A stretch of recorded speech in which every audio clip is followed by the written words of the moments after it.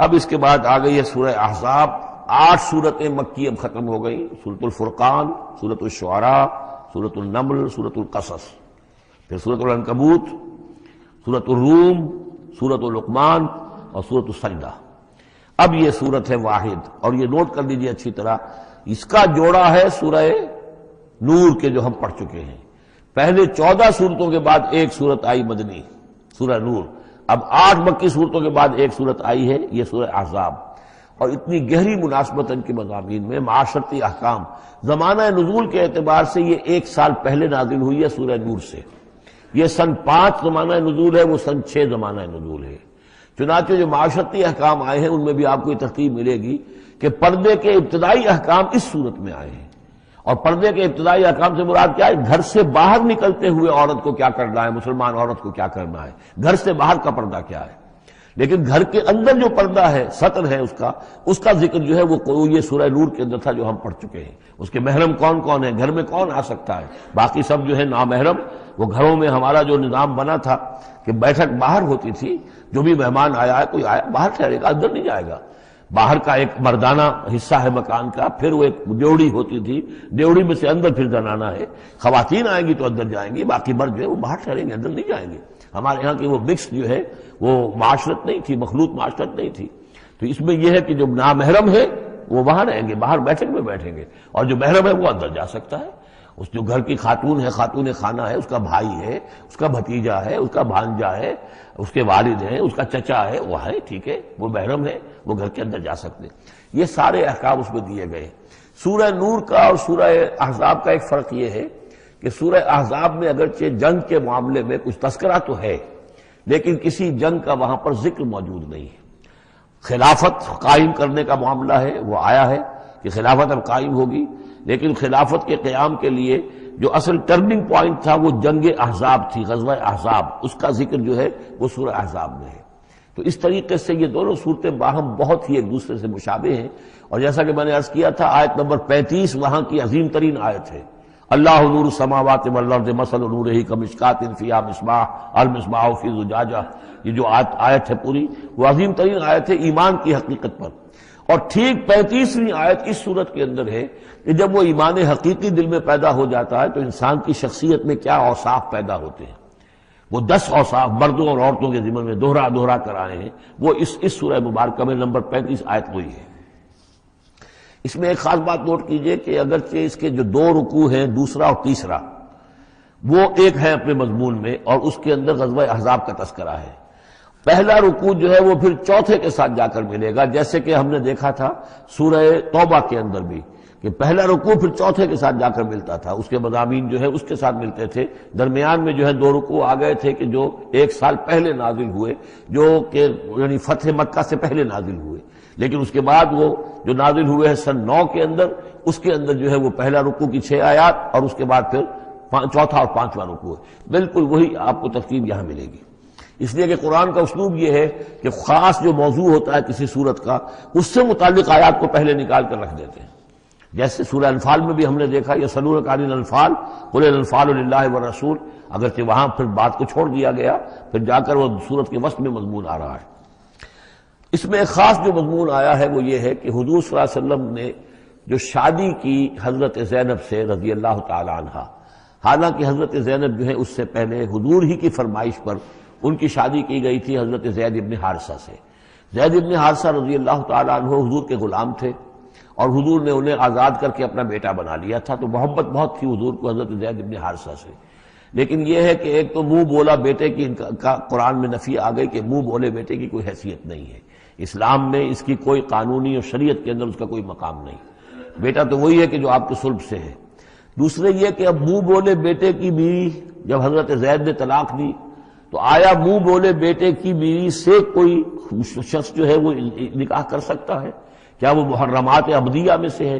تو عرب میں رواج یہ تھا کہ چونکہ وہ منہ بولے بیٹے کو بھی سمجھتے تھے کہ جیسے اصلی بیٹا ہے، تو جیسے یہ کہ جو سلبی بیٹا ہے اس کی بیوی سے اگر اس نے طلاق دے دی ہو یا فرض کیجیے بیٹا فوت ہو گیا ہو، تب بھی یہ ہے کہ اس کی جو بیوی ہے، بیوہ ہے یا مطلقہ ہے، اس سے وہ شخص شادی نہیں کر سکتا شوہر جو فوت ہو گیا ہے یا جس نے طلاق دی اس کا باپ.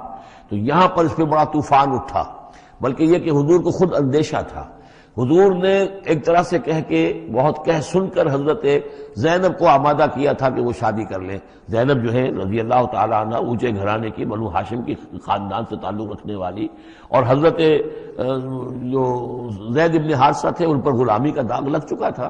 تو عرب کی ایک خاص جو ہے ان کے ہاں ایک سوچ تھی، ان کا ایک مزاج تھا، ان کی روایات تھیں. لیکن بہرحال حضرت زینب نے حضور کی فرمائش پر وہ نکاح کر لیا. لیکن یہ کہ ان میں نباہ نہیں ہو سکا. حضرت زینب انہیں ذہناً قبول نہیں کر سکی کہ یہ میرے برابر کا ہے یا میری اس کی حیثیت جو ہے وہ واقعی ایسی ہے. یعنی شوہر کو جس طرح آنکھوں پر بٹھانا چاہیے، شوہر سے جس طریقے سے اس کا ادب ہونا چاہیے، وہ نہیں کر سکی حضرت زینب. لہذا حضرت زید ابن حارثہ جو ہے متواتر کہتے رہتے تھے کہ حضور ہمارا معاملہ ٹھیک نہیں چل رہا ہے، مجھے اجازت دیجیے کہ میں ان کو طلاق دے دوں. حضور روکتے تھے کہ ایک تو میں نے اس کو کہہ سن کر شادی کروائی، وہ تو اس کے لیے آمادہ بھی نہیں تھی، نہ گھر والے آمادہ تھے، لیکن میرے کہنے سے شادی کر لی انہوں نے. اب یہ طلاق دیں گے تو طلاق کا داغ لگے گا ان کے اوپر اور صدمہ ہوگا. تو حضور روکتے رہے. لیکن شاید یہ بھی دل میں آپ کے خیال تھا کہ اگر خدا نہ خواستہ زید نے طلاق دے ہی دی تو پھر زینب کی دل جوئی اس کے بغیر ممکن نہیں ہوگی کہ میں خود پھر ان سے شادی کروں. لیکن میں کیسے شادی کروں گا جبکہ میں نے تو زید کو اپنا منہ بولا بیٹا بھی کہا تھا. تو اس حوالے سے تو سکینڈل بن جائے گا، اور پورے لوگ جو ہیں دشمن تو موجود ہیں، مارے آستین منافقین بھی موجود تھے، وہ اس کو ایک ایشو بنا لیں گے میرے خلاف. یہ ہے پس منظر جو پہلے رکوع میں آ رہا ہے. یا ایھا النبی اتق اللہ، اے نبی اللہ کا تقوی اختیار کیجئے. ولا تطع الکافرین والمنافقین، اور کافروں اور منافقوں کی باتیں نہ مانیے. میں آپ کو اطاعت امر صرف حکم دینے کو نہیں کہتے بلکہ مشورے کو بھی کہتے ہیں. اور اطاعت صرف کسی کا حکم ماننے کو نہیں کہتے، کسی کی بات کو وزن دینا، توجہ سے سننا، یہ بھی اس میں شامل ہے. وَلَا تُطِعِ الْكَافِرِينَ وَالْمُنَافِقِينَ، آپ ان کافروں اور منافقین کی بات کا دھیان نہ کریں. ان اللہ کان علیما حکیما، یقیناً اللہ تعالی علیم ہے اور حکیم ہے. وَاتَّبِعْ مَا يُوحَىٰ إِلَيْكَ مِن رَّبِّكَ، اور پیروی کیجئے اس کی کہ جو آپ کی طرف آپ کے رب کی طرف سے وحی کی جا رہی ہے.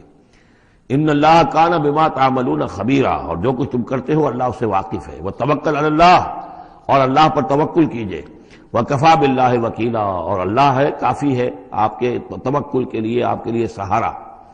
یعنی یہ کہ آپ لوگوں کی جو پروپیگنڈا ہوگا اس کا اندیشہ ہے آپ کو، اس کا بالکل دھیان نہ کیجئے. ما جعل اللہ للرجل من قلبین فی جوفہ، اللہ تعالیٰ نے کسی انسان کے دل میں دو دل نہیں رکھے، کسی کے سینے میں، کسی کے پیٹ میں. یہاں پہ جوف جو ہے خالی جگہ کو کہتے ہیں، تو سینے کے اندر، کیونکہ یہ کیویٹی کہلاتی ہے، چیسٹ کیویٹی، اور پھر دوسری جو ہے ایبڈومینل کیویٹی ہے. تو اس میں دو دل نہیں رکھے ہیں، دل ایک ہی ہوتا ہے. اسی طریقے سے گویا کہ بات کہی جا رہی ہے. کہنے کو تو ہم کہہ دیتے ہیں کہ دل جو ہے اور ہمارے دل یکجا ہو گئے ہیں، دل سے دل مل گیا، رہتا تو دل ہی رہتا، ایک ہی رہتا ہے انسان کا اپنا دل. لیکن اسی طریقے سے کسی شخص کی دو مائیں نہیں ہوتی. ماں تو وہی ہوتی ہے جس نے اس کو جنا ہے، اور کسی شخص کا بیٹا جو ہے بیٹا وہی ہوتا ہے جو اس کی صلب سے پیدا ہوا ہو. باقی یہ ہے کہ منہ بولا بیٹا جو وہ بیٹا نہیں بن جاتا. وما جعل ازواجکم اللہ، اور نہیں اللہ نے بنایا ہے تمہاری ان بیویوں کو، اللہ تظاہرون منہن، کہ جن سے تم زہار کر بیٹھتے ہو. یا زہار کا مضمون سورہ مجادلہ میں آئے گا. عربوں میں روایت یہ تھا کہ بہت ناراض ہو گئے بیوی سے، کہہ دیا تم تو میری ماں کی طرح ہو. گویا کہ اب یہ ہمیشہ کے لیے حرام ہو گئے. طلاق مغلظ کا بھی مغلظ در مغلظ طلاق ہو گئی. اب وہ کسی طرح بھی اس کے لیے اس سے کوئی تعلق رکھنا جائز نہیں ہے. تو یہ زہار جو ہے ماں بنا دیا، کہہ دیا کہ ماں بن گئی تو گویا کہ ماں بن گئی.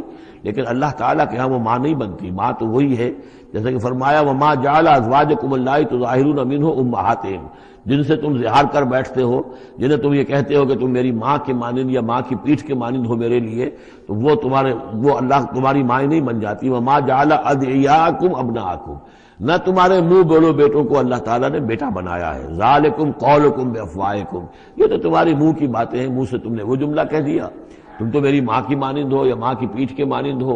اور اسی طریقے سے کہہ دیا تم میرے بیٹے ہو، بیٹا تو وہی ہوگا. واللہ یقول الحق، اللہ تعالیٰ حق فرما رہا ہے. وہو یہدی السبیل، اور وہی سیدھے راستے کی طرف ہدایت دینے والا ہے. ادعوہم لآبائہم، لوگوں کو پکارا کرو ان کے باپوں کے ساتھ، باپوں کے نام کے ساتھ. چنانچہ یہ حکم ہے. اگر آپ نے کسی کو لے لیا ہے، کوئی اپنے بھتیجے کو، بھانجے کو، آپ کے ہاں اولاد نہیں ہے، تو بہت سے مسائل آ جاتے ہیں. لوگ کہتے ہیں کہ میں اپنا نام لکھوا دوں اس کے باپ کی جگہ تاکہ اس کو پتہ نہ چلے. چھوٹے سے بچے کو لے آئے تو اب وہ کیا کہے گا کہ کہ میرے اصل والدین نہیں ہیں، میرے والدین تو وہ تھے، بڑا ہو کر معلوم ہوگا. تو ایک یہی سمجھیے کہ سائیکولوجیکل شوق جو پہنچتا ہے، اس سے بچانے کے لیے بعض لوگ سوچتے ہیں کہ ہم اپنا ہی نام درج کروا دیں وہاں پر اور اس کا نام ولدیت اسی کی، لیکن نہیں، یہ حرام مطلق ہے. قرآن مجید کا یہ صاف حکم ہے، قول یہ ادعوہم لآبائہم، ان کو پکارو ان کے نام، ان کے باپوں کے نام کے حوالے سے. اسی لیے پہلے حضرت زید کو لوگ کہتے تھے زید ابن محمد، اس لیے کہ حضور نے انہیں اپنا بنایا ہوا تھا متبنہ اور وہ بولا بیٹا. یہ آیتیں جب نازل ہوئی تو پھر اب وہ رہ گئے زید ابن حارثہ، دوبارہ وہ زید ابن محمد اب نہیں رہے. ادعوہم لآبائہم هو اقسط عند اللہ، یہی زیادہ مبنی بر انصاف ہے اللہ کے نزدیک. فإن لم تعلموا آباءهم فإخوانكم في الدين، اور اگر تم جانتے نہیں ان کے باپ کو، کہیں کوئی بچہ جو ہے چھوٹا سا بچہ کہیں مل گیا ہے، معلوم نہیں، نہ اس کو ہوش تھا. ایسا ہوا ہے پارٹیشن کے وقت بہت ہوا ہے، پوری گاڑی جو ہے آ رہی تھی، سب کے سب جو ہے وہ قتل کر دیے گئے. کوئی بچہ کہیں پر زندہ مل گیا ہے، اور ایسے لوگ، ان سے ملاقات بھی ہوئی ہے ایک صاحب سے لاہور میں. اب ان کو کسی نے لے کر پال لیا ہے، ٹھیک ہے، لیکن یہ کہ اگر اب معلوم نہیں کہ ان کے باپ کا نام کیا ہے، کوئی نہیں جانتا.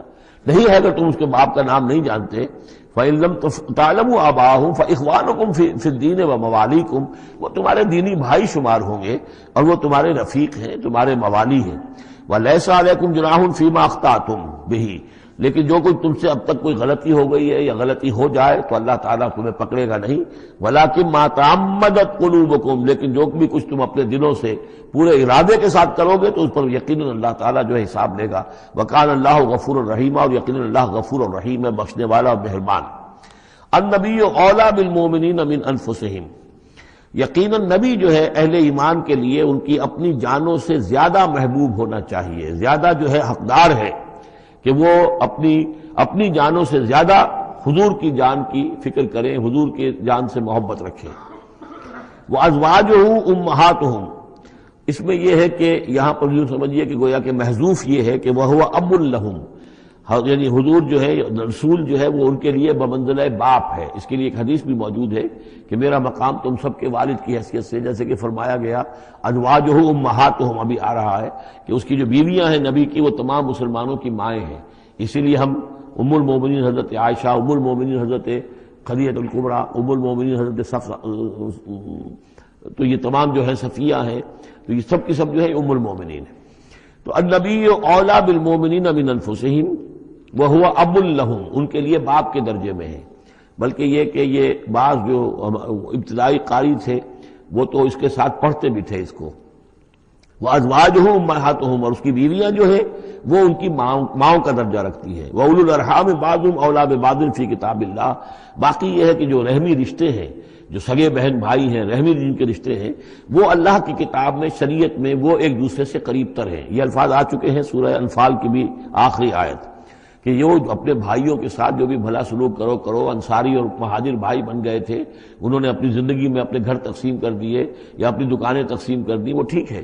زندگی میں جو بھی تم چاہو، الا ان تفعلوا الی اولیاءکم، تم اپنے بندوں کے ساتھ جو خیر بھی کرنا چاہو اپنے بھائیوں اور دوستوں کے ساتھ کرو. لیکن وراثت میں ظاہر بات ہے منہ بولے بھائی کا کوئی حصہ نہیں، منہ بولا بیٹے کا کوئی حصہ نہیں. اور وہ جو بنا دیے گئے تھے انصاری اور مہاجر آپس میں بھائی، وہ بھائی چارہ جو ہے وہ بھی وراثت کے اندر نہیں چلے گا. وراثت جو ہے وہ تو جو اصل رحمی رشتے ہیں انہی میں ہے. وَأُولُو الْأَرْحَامِ بَعْضُهُمْ أَوْلَىٰ بِبَعْضٍ فِي كِتَابِ اللَّهِ مِنَ الْمُؤْمِنِينَ وَالْمُهَاجِرِينَ، اہل ایمان اور مہاجرین ان سب کا معاملہ یہی ہے. إِلَّا أَن تَفْعَلُوا إِلَىٰ أَوْلِيَائِكُمْ مَعْرُوفًا، ہاں تم اپنے دوستوں کے ساتھ کوئی نیک سلوک کرو، بھلائی کرو، ان کو کچھ اپنے زندگی کے اندر تم اگر کچھ ہبہ کرنا چاہتے ہو ہبہ کر سکتے ہو، یہ سارے کام ہو سکتے ہیں. لیکن قانون اور شریعت اور وراثت اس میں ان کا کوئی حصہ نہیں. کان ذالک فی الکتاب مستورا، یہ تمام چیزیں جو ہے کتاب میں پہلے سے لکھی ہوئی ہیں. اس لیے بھی کہ یہ چیزیں جو آ چکی ہیں، اول تو یہ کہ تورات میں بھی ہوں گی، لیکن سورہ نساء میں بھی یہ باتیں آ چکی ہیں، اسی طریقے سے سورہ انفال میں بھی آ چکی ہیں. وَإِذْ أَخَذْنَا مِنَ النَّبِيِّينَ مِيثَاقَهُمْ، اور ذرا یاد کرو جب کہ ہم نے لیا تھا انبیاء سے ایک میثاق. یہ آل عمران میں ہم پڑھ چکے ہیں، 81 اور 82 نمبر 81 82 آیات ہیں یہ. اس میں ہم نے میثاق لیا تھا، میثاق النبیین، ومنک ومن نوح، آپ سے بھی لیا تھا اور نوح سے بھی لیا تھا، وابراہیم وموسیٰ وعیسیٰ ابن مریم، اور ابراہیم سے اور موسیٰ سے اور عیسیٰ ابن مریم سے، واخذنا منہم میثاقا غلیظا، اور ان سب سے ہم نے بڑا گاڑھا قول و قرار لیا تھا، میثاق لیا تھا. یہ ذکر ہو چکا ہے سورہ آل عمران میں۔ اور یہاں بھی نوٹ کیجئے، اگر ہم یہ نہ مانیں کہ یہ ارواح کا معاملہ ایک علیحدہ وجود ہے اور یہ پہلے پیدا کر دیے گئے تھے، تو میثاق کب لیا گیا؟ ان سب کو کیسے جمع کیا گیا؟ وہ تو ایک میثاق الست جو ہے تمام ارواح سے لیا گیا، الست بربکم۔ پھر ان میں سے جو وہ تھے جنہیں نبوت ملنے والی تھی، روح محمدی بھی موجود تھی اور روح ابراہیم بھی تھی، روح عیسیٰ بھی تھی، یہ ساری ارواح تھی، ان سے پھر ایک ایڈیشنل جو میثاق لیا گیا۔ وہ ظاہر بات ہے کہ جب تک کہ آپ روحانی وجود کا علیحدہ سے ہونا اس کو تسلیم نہیں کرتے تو قرآن مجید کے یہ سارے مضامین جو ہیں پھر کہیں گے استعارہ ہے، تو استعارہ رہ جائے گا، پھر کوئی حقیقت ثابت نہیں رہے گی۔ لِيَسْأَلَ الصَّادِقِينَ عَنْ صِدْقِهِمْ، تاکہ اللہ تعالیٰ پوچھ لے سچوں سے ان کے سچ کے بارے میں، اور گویا کہ آگے محذوف ہے وَالْكَاذِبِينَ مِنْ كِذْبِهِمْ، اور جو جھوٹے ہیں ان سے ان کے جھوٹ کے بارے میں سوال کر لے، تاکہ اللہ تعالیٰ پوری طرح پوچھ گچھ کر لے سچوں سے ان کے سچ کے بارے میں۔ وَعَدَّ لِلْكَافِرِينَ عَذَابًا أَلِيمًا، اور یقیناً اس نے کافروں کے لیے ایک بہت دردناک عذاب تیار کیا ہوا ہے۔ یہ پہلا رکوع یہاں پر ختم ہو گیا، یہ 8 آیات کا ہے۔ اس کے بعد اب یہ مضمون چلے گا 2 رکوعوں کے بعد چل کر، دوسرے تیسرے کے بعد چوتھے رکوع کے ساتھ۔ ابھی یہ صرف اس کی تمہید ہے کہ اے نبی آپ ان کافروں کا اور منافقین کا کوئی اسکینڈل بن جائے گا، کوئی یہ ہو جائے گا، کوئی وہ ہو جائے گا، اس کو اپنے ذہن سے بالکل نکال دیجئے، جو اللہ کا حکم ہے اس کے اوپر عمل کیجئے۔ آپ کے لیے وہ نکاح کرنے میں قطعاً کوئی قباحت نہیں ہے، اور اللہ تعالیٰ نے تو گویا کہ آپ کو حکم دے دیا، اس لیے کہ وہ آ جائے گا کہ ہم نے تو وہ شادی آپ کی کر دی ہے، ہمارے حکم سے یہ حضرت زینب کے ساتھ آپ کا نکاح جو ہے طے پا چکا ہے۔ اس کے بعد 2 رکوع جو ہے ان میں ذکر ہو رہا ہے غزوہ احزاب کا۔ ہمارے پاس چند منٹ ہیں تو غزوہ احزاب کا جو تاریخی پس منظر ہے وہ میں بیان کر دیتا ہوں، باقی اس سے آگے ہم پڑھیں گے انشاءاللہ تعالی کل۔ یہ غزوہ ہوا ہے سن 5 میں، اور اس کے لیے جو ہے بڑا اہتمام ہوا ہے۔ سب سے پہلے تو یہ کہ بنو نذیر جو نکال دیے گئے تھے مدینے سے، اور وہ پھر جا کر خیبر وغیرہ میں آباد ہو گئے تھے، اب انہیں مدینے کی یاد آتی تھی، انہیں ستاتی تھی یاد مدینے کی، وہ واپس آنا چاہتے تھے، وہ چاہتے تھے کہ مسلمانوں سے انتقام لے۔ تو انہوں نے پھر یہ ہے، اور اس میں خاص طور پر وہ ابو عامر راہب جس کا تذکرہ ہم پڑھ چکے ہیں سورہ توبہ کے اندر، انہوں نے جو ہے بڑی محنت کر کے ایک طرف قریش کو آمادہ کیا کہ وہ حملہ کریں، دوسری طرف یہ ہے کہ جو نجد کے قبائل تھے غطفان وغیرہ ان کو آمادہ کیا۔ تو یہ ایک گویا سمجھیے کہ متحدہ محاذ بن کر ایک گرینڈ آرمی جو ہے وہ آئی، 12,000 کی فوج، جو عرب میں یوں سمجھیے کہ یہ کوئی انہونی سی بات تھی کہ کوئی اتنی بھی قوت، وہ شمال سے بھی آئے، جنوب سے بھی آئے، اور مغرب سے بھی آئے، مشرق سے بھی آئے۔ اس کا نقشہ تو بعد میں جب ہم پڑھیں گے تو کھل جائے گا۔ اب انہوں نے آ کر گھیر لیا مدینے کو، محاصرہ کر کے پڑ گئے۔ اتنی بڑی فوج حضور کے پاس کل اس وقت جو تعداد بنتی تھی 3,000 کی تھی مدینے کے اندر، جن میں کہ منافقین بھی تھے، اور دوسری یہ کہ عقب میں وہ بنو قریظہ بھی موجود تھے، ایک قبیلہ بڑے طاقتور قبیلہ تھا، بڑا قبیلہ تھا، ان کی گڑھیاں تھیں، ان کے قلعے تھے، وہ موجود تھے۔ اب پیچھے وہ موجود ہیں، اندیشہ ہے کہ کہیں وہ غداری کریں، جیسے کہ اس سے پہلے بنو قینقاع نے کی یا بنو نذیر نے کی، اس وقت وہ غداری کریں گے، اور اس کی خبریں بھی مل گئی تھی کہ سلسلہ جنبانی ہو چکا ہے اور باہر سے وہ لشکر آ گیا ہے۔ 2 طرف مدینے کے حرات ہیں، چٹانیں ہیں لاوے کی، سیاہ پتھر ہیں اور چکنے ہیں، ان کے اوپر نہ اونٹ چل سکتا ہے اور نہ گھوڑا دوڑ سکتا ہے۔ تو وہ جو حرات ہیں مدینے کے 2 طرف، وہ تو گویا کہ ایک اللہ تعالیٰ کی طرف سے ایک نیچرل پروٹیکشن جو ہے مدینہ کو ملی ہوئی ہے۔ اب 2 طرف جو رہ گئے تو اس میں پیچھے تھے یہ عقب میں جو ہے یہ بنو قریظہ کی گڑھیاں تھیں، اور سامنے کا علاقہ تھا کہ جہاں سے لشکر آ کر جو ہے انہوں نے جو حملہ کرنا تھا۔ تو پھر حضرت سلمان فارسی کے مشورے پر جب یہ مشورہ کیا حضور نے کہ اب اس طرح کیا کیا جائے، اتنا بڑی فوج آ گئی ہے، تو انہوں نے پھر بتایا کہ ہمارے ہاں یہ ایران میں یہ رواج ہے کہ جب اس طرح کی سچویشن ہو تو کھلے میدان میں جا کر لڑنے کی بجائے ہم خندق کھود لیتے ہیں، تاکہ اس خندق کے اندر سے ہو کر پھر یہ ہے کہ جو بھی چھلانگ مار کے آئے گا خندق میں سے اس کو عبور کر کے آئے گا تو ان کے ساتھ مقابلہ کرنا آسان ہے، ایک ایک کر کے آئیں گے، 10-10 آئیں گے، ایک دم پورا لشکر جو ہے دوڑ کر جو ہے کیولری ان کی جو ہے گھوڑے دوڑا کر تو نہیں آ سکتے۔ تو اس حوالے سے پھر خندق کھودی گئی، بہت ہی یعنی رسد کم تھا، فاقے لوگوں کو ہو رہے تھے، 2-2 3-3 دن کے کھانے کو کچھ نہیں ملا، سردی شدید تھی۔ اس موسم میں پھر طے ہوا کہ خندق کھودو، تو مسلمان خندق بھی کھود رہے تھے، اور اسی دوران یہ خبر بھی مل گئی کہ بنو قریظہ بھی بغاوت پر اور بدعہدی پر آمادہ ہیں۔ یعنی ہر اعتبار سے یہ سمجھ لیجئے کہ اللہ تعالیٰ نے اہل ایمان کے صبر اور امتحان کے لیے ایک بہت ہی سخت خوفناک صورت پیدا کر دی۔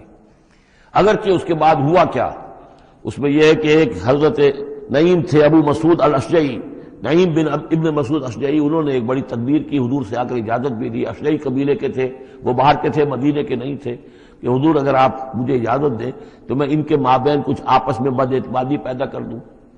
بنو قریظہ کے پاس گئے کہ دیکھو تم یہاں رہتے ہو، یہ تو باہر سے آئے ہیں، فرض کریں چلیے آپ یہ سمجھتے ہیں کہ وہ جیت جائیں گے اور محمد اور ان کے ساتھیوں کو تم ختم کر دو گے، لیکن یہ بھی سوچو کہ اگر برعکس ہو گیا 10%، 20%، 30% کوئی امکان ہے کہ نہیں؟ تو تم کیا کرو گے؟ تمہیں تو یہاں رہنا ہے، پھر محمد کے ساتھ پھر تمہارا معاملہ ہوگا، اور ہو سکتا ہے کہ وہ چھوڑ کر چلے جائیں پھر۔ تو تم ایسے کرو کہ ان سے مانگو کہ کچھ لوگ ہاسٹیجز تمہیں دیں اپنے، تاکہ ان کو یقین یہ رہے، تمہیں یقین رہے کہ وہ اپنے وعدے سے پھریں گے نہیں، جو بھی وعدہ انہوں نے کیا ہے تمہارے ساتھ مدد کرنے کا، اور تمہارا جو اندر سے تم مسلمانوں پر حملہ کرو گے تو جو کچھ بھی ان کے وعدے وہ پورے کریں گے۔ انہوں نے کہا بات تو ٹھیک ہے، یہ نعیم جو کہہ رہا ہے یہ بات صحیح ہے۔ تو انہوں نے وہ مطالبہ کیا ان سے، قریش سے، اور وہ جو لشکر باہر پڑے ہوئے تھے 12,000 کے، کہ آپ اپنے کچھ آدمی ہمارے پاس بھیجیے تاکہ ہمیں اعتماد رہے، ہمارے پاس وہ رہیں گے ہاسٹیجز کی حیثیت سے، کہ ہمیں یقین رہے کہ آپ اپنی بات پوری کریں گے۔ ادھر سے جا کے ان سے کہا کہ وہ تم ان کے اوپر کیسے اعتماد کر رہے، وہ تو تمہارے اوپر اعتماد ہی نہیں کرتے، تم سے آدمی مانگ رہے ہیں۔ اور اس طریقے سے ان کے مابین جو ہے وہ ایک فرکشن پیدا کر دی، بد اعتمادی پیدا کر دی۔ ایک تو یہ تدبیر ہوئی، دوسرے یہ کہ سب سارے امتحان پورا ہو گیا اور دودھ کا دودھ پانی کا پانی جدا ہو گیا، اہل ایمان بھی ثابت ہو گئے، ثابت قدم یہ لوگ ہیں، اور منافقین کا بھی جو خب سے باطن تھا ان کی زبانوں پر آ گیا، اور معلوم ہو گیا کہ ان کے دلوں کے اندر نفاق ہے۔ پھر اللہ تعالیٰ نے ایک تیز آندھی بھیجی، وہ آندھی ایسی آئی، جھکڑ ایسا آیا کہ وہ لشکر جو تھا اس کے خیمے اڑ گئے، جہاں دیگیں چڑھی ہوئی تھی چولہوں کے اوپر آگ لگ گئی، اور اس سے ایک افراتفری پیدا ہوئی جس کے نتیجے میں وہ لشکر انہوں نے وہاں سے کیمپ اٹھایا اور چلے گئے۔ باقاعدہ کوئی بڑی لڑائی کی کوئی شکل پیدا ہی نہیں ہوئی، لیکن اللہ نے بس امتحان جو ہے ایک شریر مسلمانوں کا لے لیا۔ یا ایھا الذین آمنوا اذکروا نعمت اللہ علیکم اذ جاءتکم جنود علیہم ریحا وجنودا لم تروها وکان اللہ بما تعملون بصیرا۔ صدق اللہ العظیم۔ رب اشرح لی صدری ویسر لی امری واحلل عقدۃ من لسانی یفقہوا قولی۔ اللہم ربنا الہمنا رشدنا واعذنا من شرور انفسنا۔ اللہم ارنا الحق حقا وارزقنا اتباعہ وارنا الباطل باطلا وارزقنا اجتنابہ۔ اللہم وفقنا لما تحب وترضى۔ اللہم ربنا آنس وحشتنا فی قبورنا وارحمنا بالقرآن العظیم۔ اللہم اجعلہ لنا اماما ونورا وہدا ورحمہ۔ اللہم ذکرنا منہ ما نسینا وعلمنا منہ ما جہلنا وارزقنا تلاوتہ آناء اللیل واطراف النہار واجعلہ لنا حجتا یا رب العالمین، آمین۔ سورہ احزاب کے پہلے رکوع کا ہم ترجمہ کر چکے ہیں، اور میں بتا چکا ہوں آپ کو کہ اس کا جو مضامین کا سلسلہ ہے وہ اب چوتھے رکوع کے ساتھ جڑے گا۔ درمیان میں جو 2 رکوع آئے ہیں، دوسرا اور تیسرا، یہ دونوں غزوہ احزاب کے ضمن میں ہیں۔ غزوہ احزاب کا بھی جو کچھ مختصر سا تاریخی پس منظر اور اس کے حالات میں آپ کو بتا چکا ہوں کہ اللہ تعالیٰ نے ایسی سچویشن پیدا فرما دی کہ جس میں مسلمانوں کے لیے شدید ترین اور سخت ترین امتحان ہو گیا۔ جو میرا اپنا اندازہ ہے واللہ عالم، ذاتی اعتبار سے جس قدر شدید معاملہ حضور کے ساتھ ہوا ہے طائف میں، ذاتی اعتبار سے ظاہر بات ہے کہ وہاں شخصاً آپ پر ہوئی زیادتی جو ہوئی ہے، اور ایک بہت بڑا امتحان اجتماعی سطح پر مسلمانوں کے لیے اسی شدت کا امتحان اور اسی درجے کی آزمائش جو ہے وہ غزوہ احزاب کے موقع پر آئی ہے۔ 12,000 کا لشکر آ کر مدینے کو گھیر کر پڑ گیا ہے، اور یہ کہ مدینے میں نہ صرف یہ کہ کل نفری 3,000 کی ہے جس میں منافقین بھی ہیں، پھر یہ کہ ان کی پشت پر وہ ایک قبیلہ جو ہے یہود کا بنو قریظہ، ابھی تک اس نے بدعہدی نہیں کی تھی لیکن اب پورا اندیشہ تھا کہ بدعہدی کرے گا، اور وہ چنانچہ اسی محاصرے کے دوران میں اس نے بدعہدی کی بھی، اور ان کی سلسلہ جنبانی ہو بھی گئی تھی باہر سے آنے والے جو حملہ آور تھے ان کے ساتھ۔ بہرحال اس صورتحال میں جبکہ رسد کی بہت کمی تھی، شدید قحط کی کیفیت تھی، شدید سردی کا موسم ہے، سردی میں ویسے بھی انسان کو غذا کی زیادہ ضرورت ہوتی ہے، اس حال میں پھر خندق کھودنی پڑی مسلمانوں کو۔ تو یوں سمجھیے کہ جو شدید ترین امتحان ہو سکتا تھا وہ اللہ نے لے لیا، جس کا نتیجہ کیا نکلا؟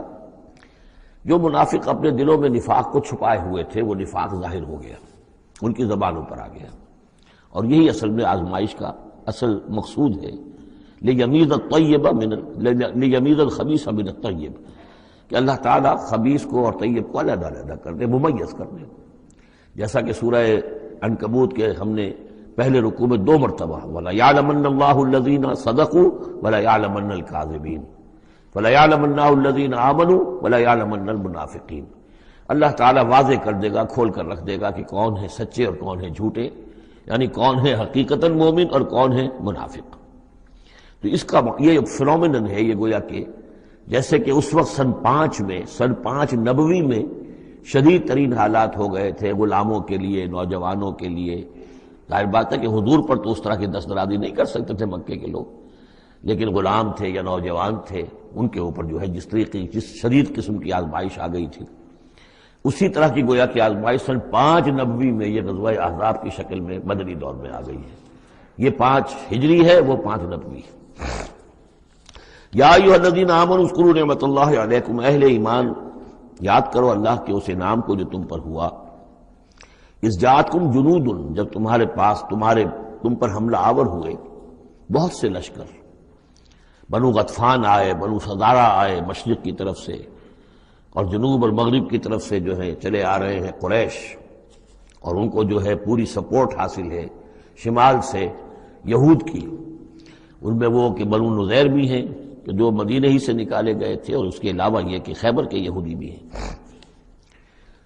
فارسلنا علیہم ریحا، تو جب وہ لشکر آ گئے تم پر حملہ آور ہوئے تو ہم نے ان پر ایک آندھی بھیج دی، ایک تیز جھکڑ بھیج دیا۔ وجنودا لم تروها، وہ آندھی تو تم نے بھی دیکھی کہ آندھی آئی ہے، لیکن یہ کہ اور لشکر بھی ہم نے اتارے تھے جو تم نے نہیں دیکھے، یعنی فرشتے۔ وکان اللہ بما تعملون بصیرا، اور جو کچھ تم کر رہے تھے اللہ اسے دیکھ رہا تھا۔ کون اب کس کے منہ پر، کس کی زبان پر نفاق آ گیا ہے، کس کا ایمان اور پختہ ہو گیا ہے۔ تو یہ ایک جملے میں گویا کہ پوری داستان کو تو اللہ نے سمجھ لیا۔ 20-25 دن تک محاصرہ رہا، اکا دکا مبارزت ہوئی۔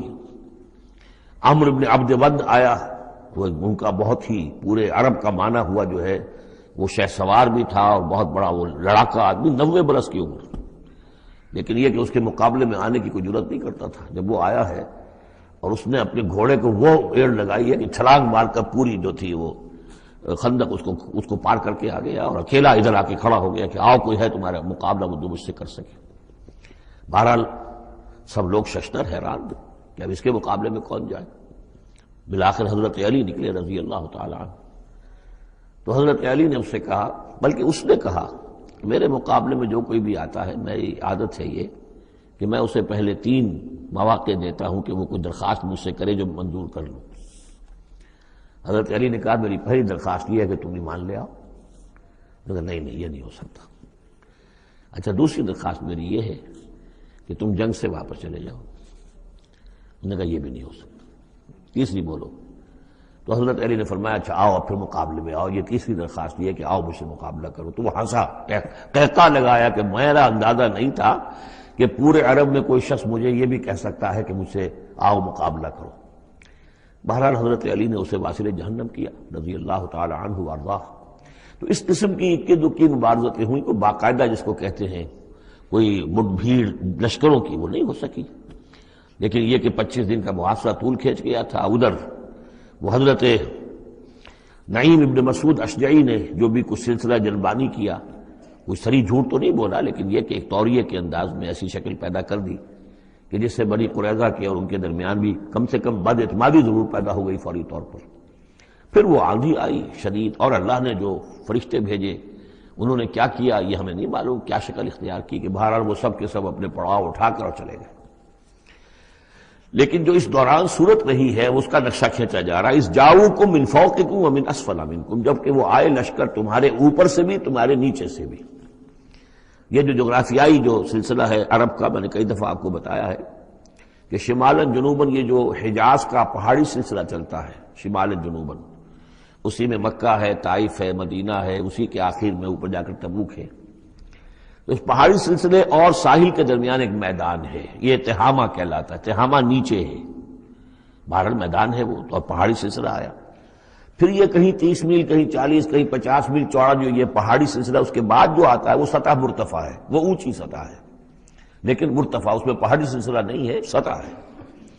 تو اس جاؤکم من فوقکم، تو گویا کہ جو ادھر سے آئے ہیں وہ اوپر سے آئے ہیں، جو مشرق سے آئے، بنو غطفان وغیرہ کے جو قبائل آئے، اور من اسفل منکم، نیچے سے جو تہامہ کی طرف سے ہو کر آئے ہیں وہ قریش کا لشکر جو ہے کہ جو مکے سے ہو کر آیا ہے۔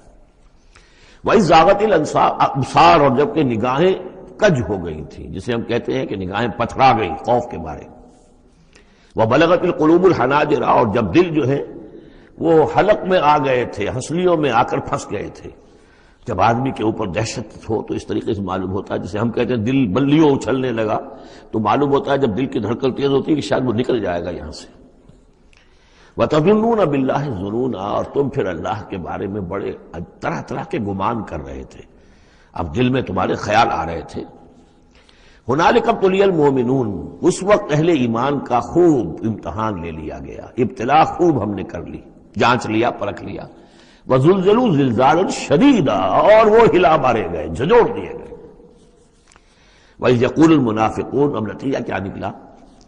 جبکہ کہہ رہے تھے وہ منافق، وَالَّذِينَ فِي قُلُوبِهِم مَرَضٌ، اور جن کے دلوں میں روب تھا، مَا وَعَدَنَا اللَّهُ وَرَسُولُهُ إِلَّا غُرُورًا، ہم سے اللہ اور اس کے رسول نے جو وعدے کیے تھے جھوٹے ثابت ہوئے، ہمیں سبز باغ دکھا کے مروا دیا اللہ نے اور اس کے رسول نے۔ ہم سے کہا تھا کیسر و کسریٰ کی سلطنت تمہارے قلبوں میں آئے گی، ہم سے کہا تھا اللہ کی مدد آئے گی، یہ کہاں اللہ کی مدد آئی؟ بعض منافقین نے کہا ہمارا حال تو یہ کہ ہم قضائے حاجت کے لیے باہر نہیں جا سکتے ہیں، ہم مدینے کے اندر محصور ہو گئے ہیں۔ ظاہر بات ہے کہ سینیٹیشن کا بھی کوئی نظام نہیں تھا، کس قدر وہاں پر اس سے ایک مسئلہ پیدا ہو چکا ہو، باہر نکل نہیں سکتے بالکل، تو قضائے حاجت وغیرہ بھی وہیں ہو رہی ہے۔ یہ ان کے منہ پر جو ہے، ان کی زبانوں پر جو اندر کا خبث تھا، اندر کی گندگی تھی، زبانوں پر آ گئی۔ ما وعدنا اللہ ورسولہ الا غرورا، نہیں وعدہ کیا تھا ہم سے اللہ اور اس کے رسول نے مگر جھوٹا، دھوکے کا وعدہ۔ وَإِذْ قَالَتْ طَائِفَةٌ مِّنْهُمْ يَا أَهْلَ يَثْرِبَ، اور جبکہ ان میں سے ایک گروہ یہاں تک کہہ رہا تھا اے یثرب والو، لا مقام لکم فارجعوا، اب تمہارا کوئی ٹھکانہ نہیں ہے، لوٹ جاؤ یہاں سے، کہاں تم مقابلہ کر سکتے ہو، یہ 12,000 کا لشکر آ گیا، کوئی ممکن ہے، کوئی امکان تمہیں نظر آتا ہے؟ تو کسی طریقے سے کہیں سے بھاگنے کے لیے راستہ تلاش کرو۔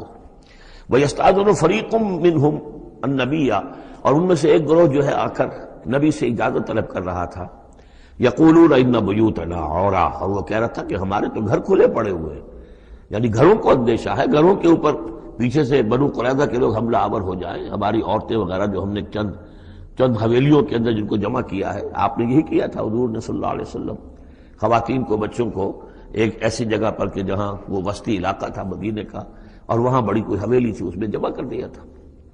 تو اب وہ تو ہمیں تو اندیشہ ہے، ہمارے گھر خالی پڑے ہوئے ہیں، اس کے اوپر حملہ ہو سکتا ہے۔ وما ہی اب عورا، حالانکہ وہ نہیں کھلے پڑے ہوئے تھے، اللہ تعالیٰ نے اور اللہ کے رسول نے پہرے وغیرہ کا بندوبست کیا ہوا تھا۔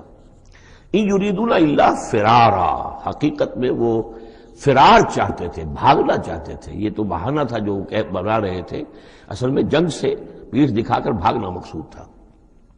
وَلَوْ دُخِلَتْ عَلَيْهِمْ مِنْ أَقْطَارِهَا، اور اگر کہیں داخلہ ہو ہی گیا ہوتا دشمن کا اس مدینے کے اندر اس کے چاروں طرف سے، ثُمَّ يُسْئِلُ الْفِتْنَةَ، اور پھر ان سے مطالبہ کیا جاتا فتنے کا، یعنی ارتداد کا۔ اگر یہ مشرکین کی فوجیں جو ہے کہیں خدا نہ خواستہ مدینے میں داخل ہو جاتی اور اب وہ کہتی کہ یا تو مرتد ہو جاؤ اور یا ہم تمہیں قتل کرتے ہیں، تو وہ ما تلبسوا الا لآتوها، وہ اس فتنے کو قبول کر لیتے، مرتد ہو جاتے، وما تلبسوا بها الا یسیرا، اور تھوڑی سی دیر بھی نہ لگاتے، بہت ہی تھوڑا سا وقفہ، یعنی وہ ایمان ان کے دلوں میں اس کی جڑیں گہری تھی ہی نہیں، تو وہ مرتد ہونے کے لیے تیار تھے۔ وَلَقَدْ كَانُوا عَاهَدُوا اللَّهِ مِنْ قَبْلُ، حالانکہ چونکہ وہ مسلمان تھے تو انہوں نے عہد کیا تھا اللہ سے اس سے قبل، لا یولون الادبار کہ وہ کبھی پیٹھ نہیں دکھائیں گے، جب بھی حق و باطل کا مقابلہ ہوگا پیٹھ نہیں دکھائیں گے۔ وکان عہد اللہ مسئولا، اور یقیناً اللہ کے ساتھ جو عہد کیا گیا اور پھر اس کے بارے میں باز پرس ہوتی ہے کہ وہ عہد پورا کیا گیا یا نہیں کیا گیا۔ قل لن ينفعكم الفرار وان فررتم من الموت، اے نبی ان سے کہہ دیجئے کہ تمہیں یہ بھاگنا اور فرار مفید نہیں ہو سکتا اگر تم موت سے بھاگ رہے ہو، اب القتل یا قتل سے، اس لیے کہ موت تو ہر جگہ آ سکتی ہے۔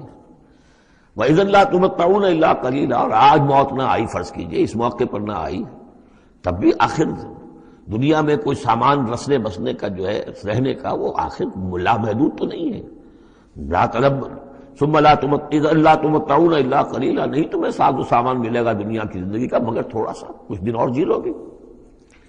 قل من ذا الذی یعصمکم من اللہ، ان سے پوچھئے کون ہے وہ جو تمہیں اللہ سے بچا سکے، ان اراد بکم سوءا، اگر اللہ ہی نے فیصلہ کر لیا ہو تمہارے بارے میں کسی بری چیز کا، او اراد بکم رحمہ، اور اگر اللہ نے رحمت کا فیصلہ کیا ہو تو کون ہے جو اس کی رحمت کے آڑے آ سکے۔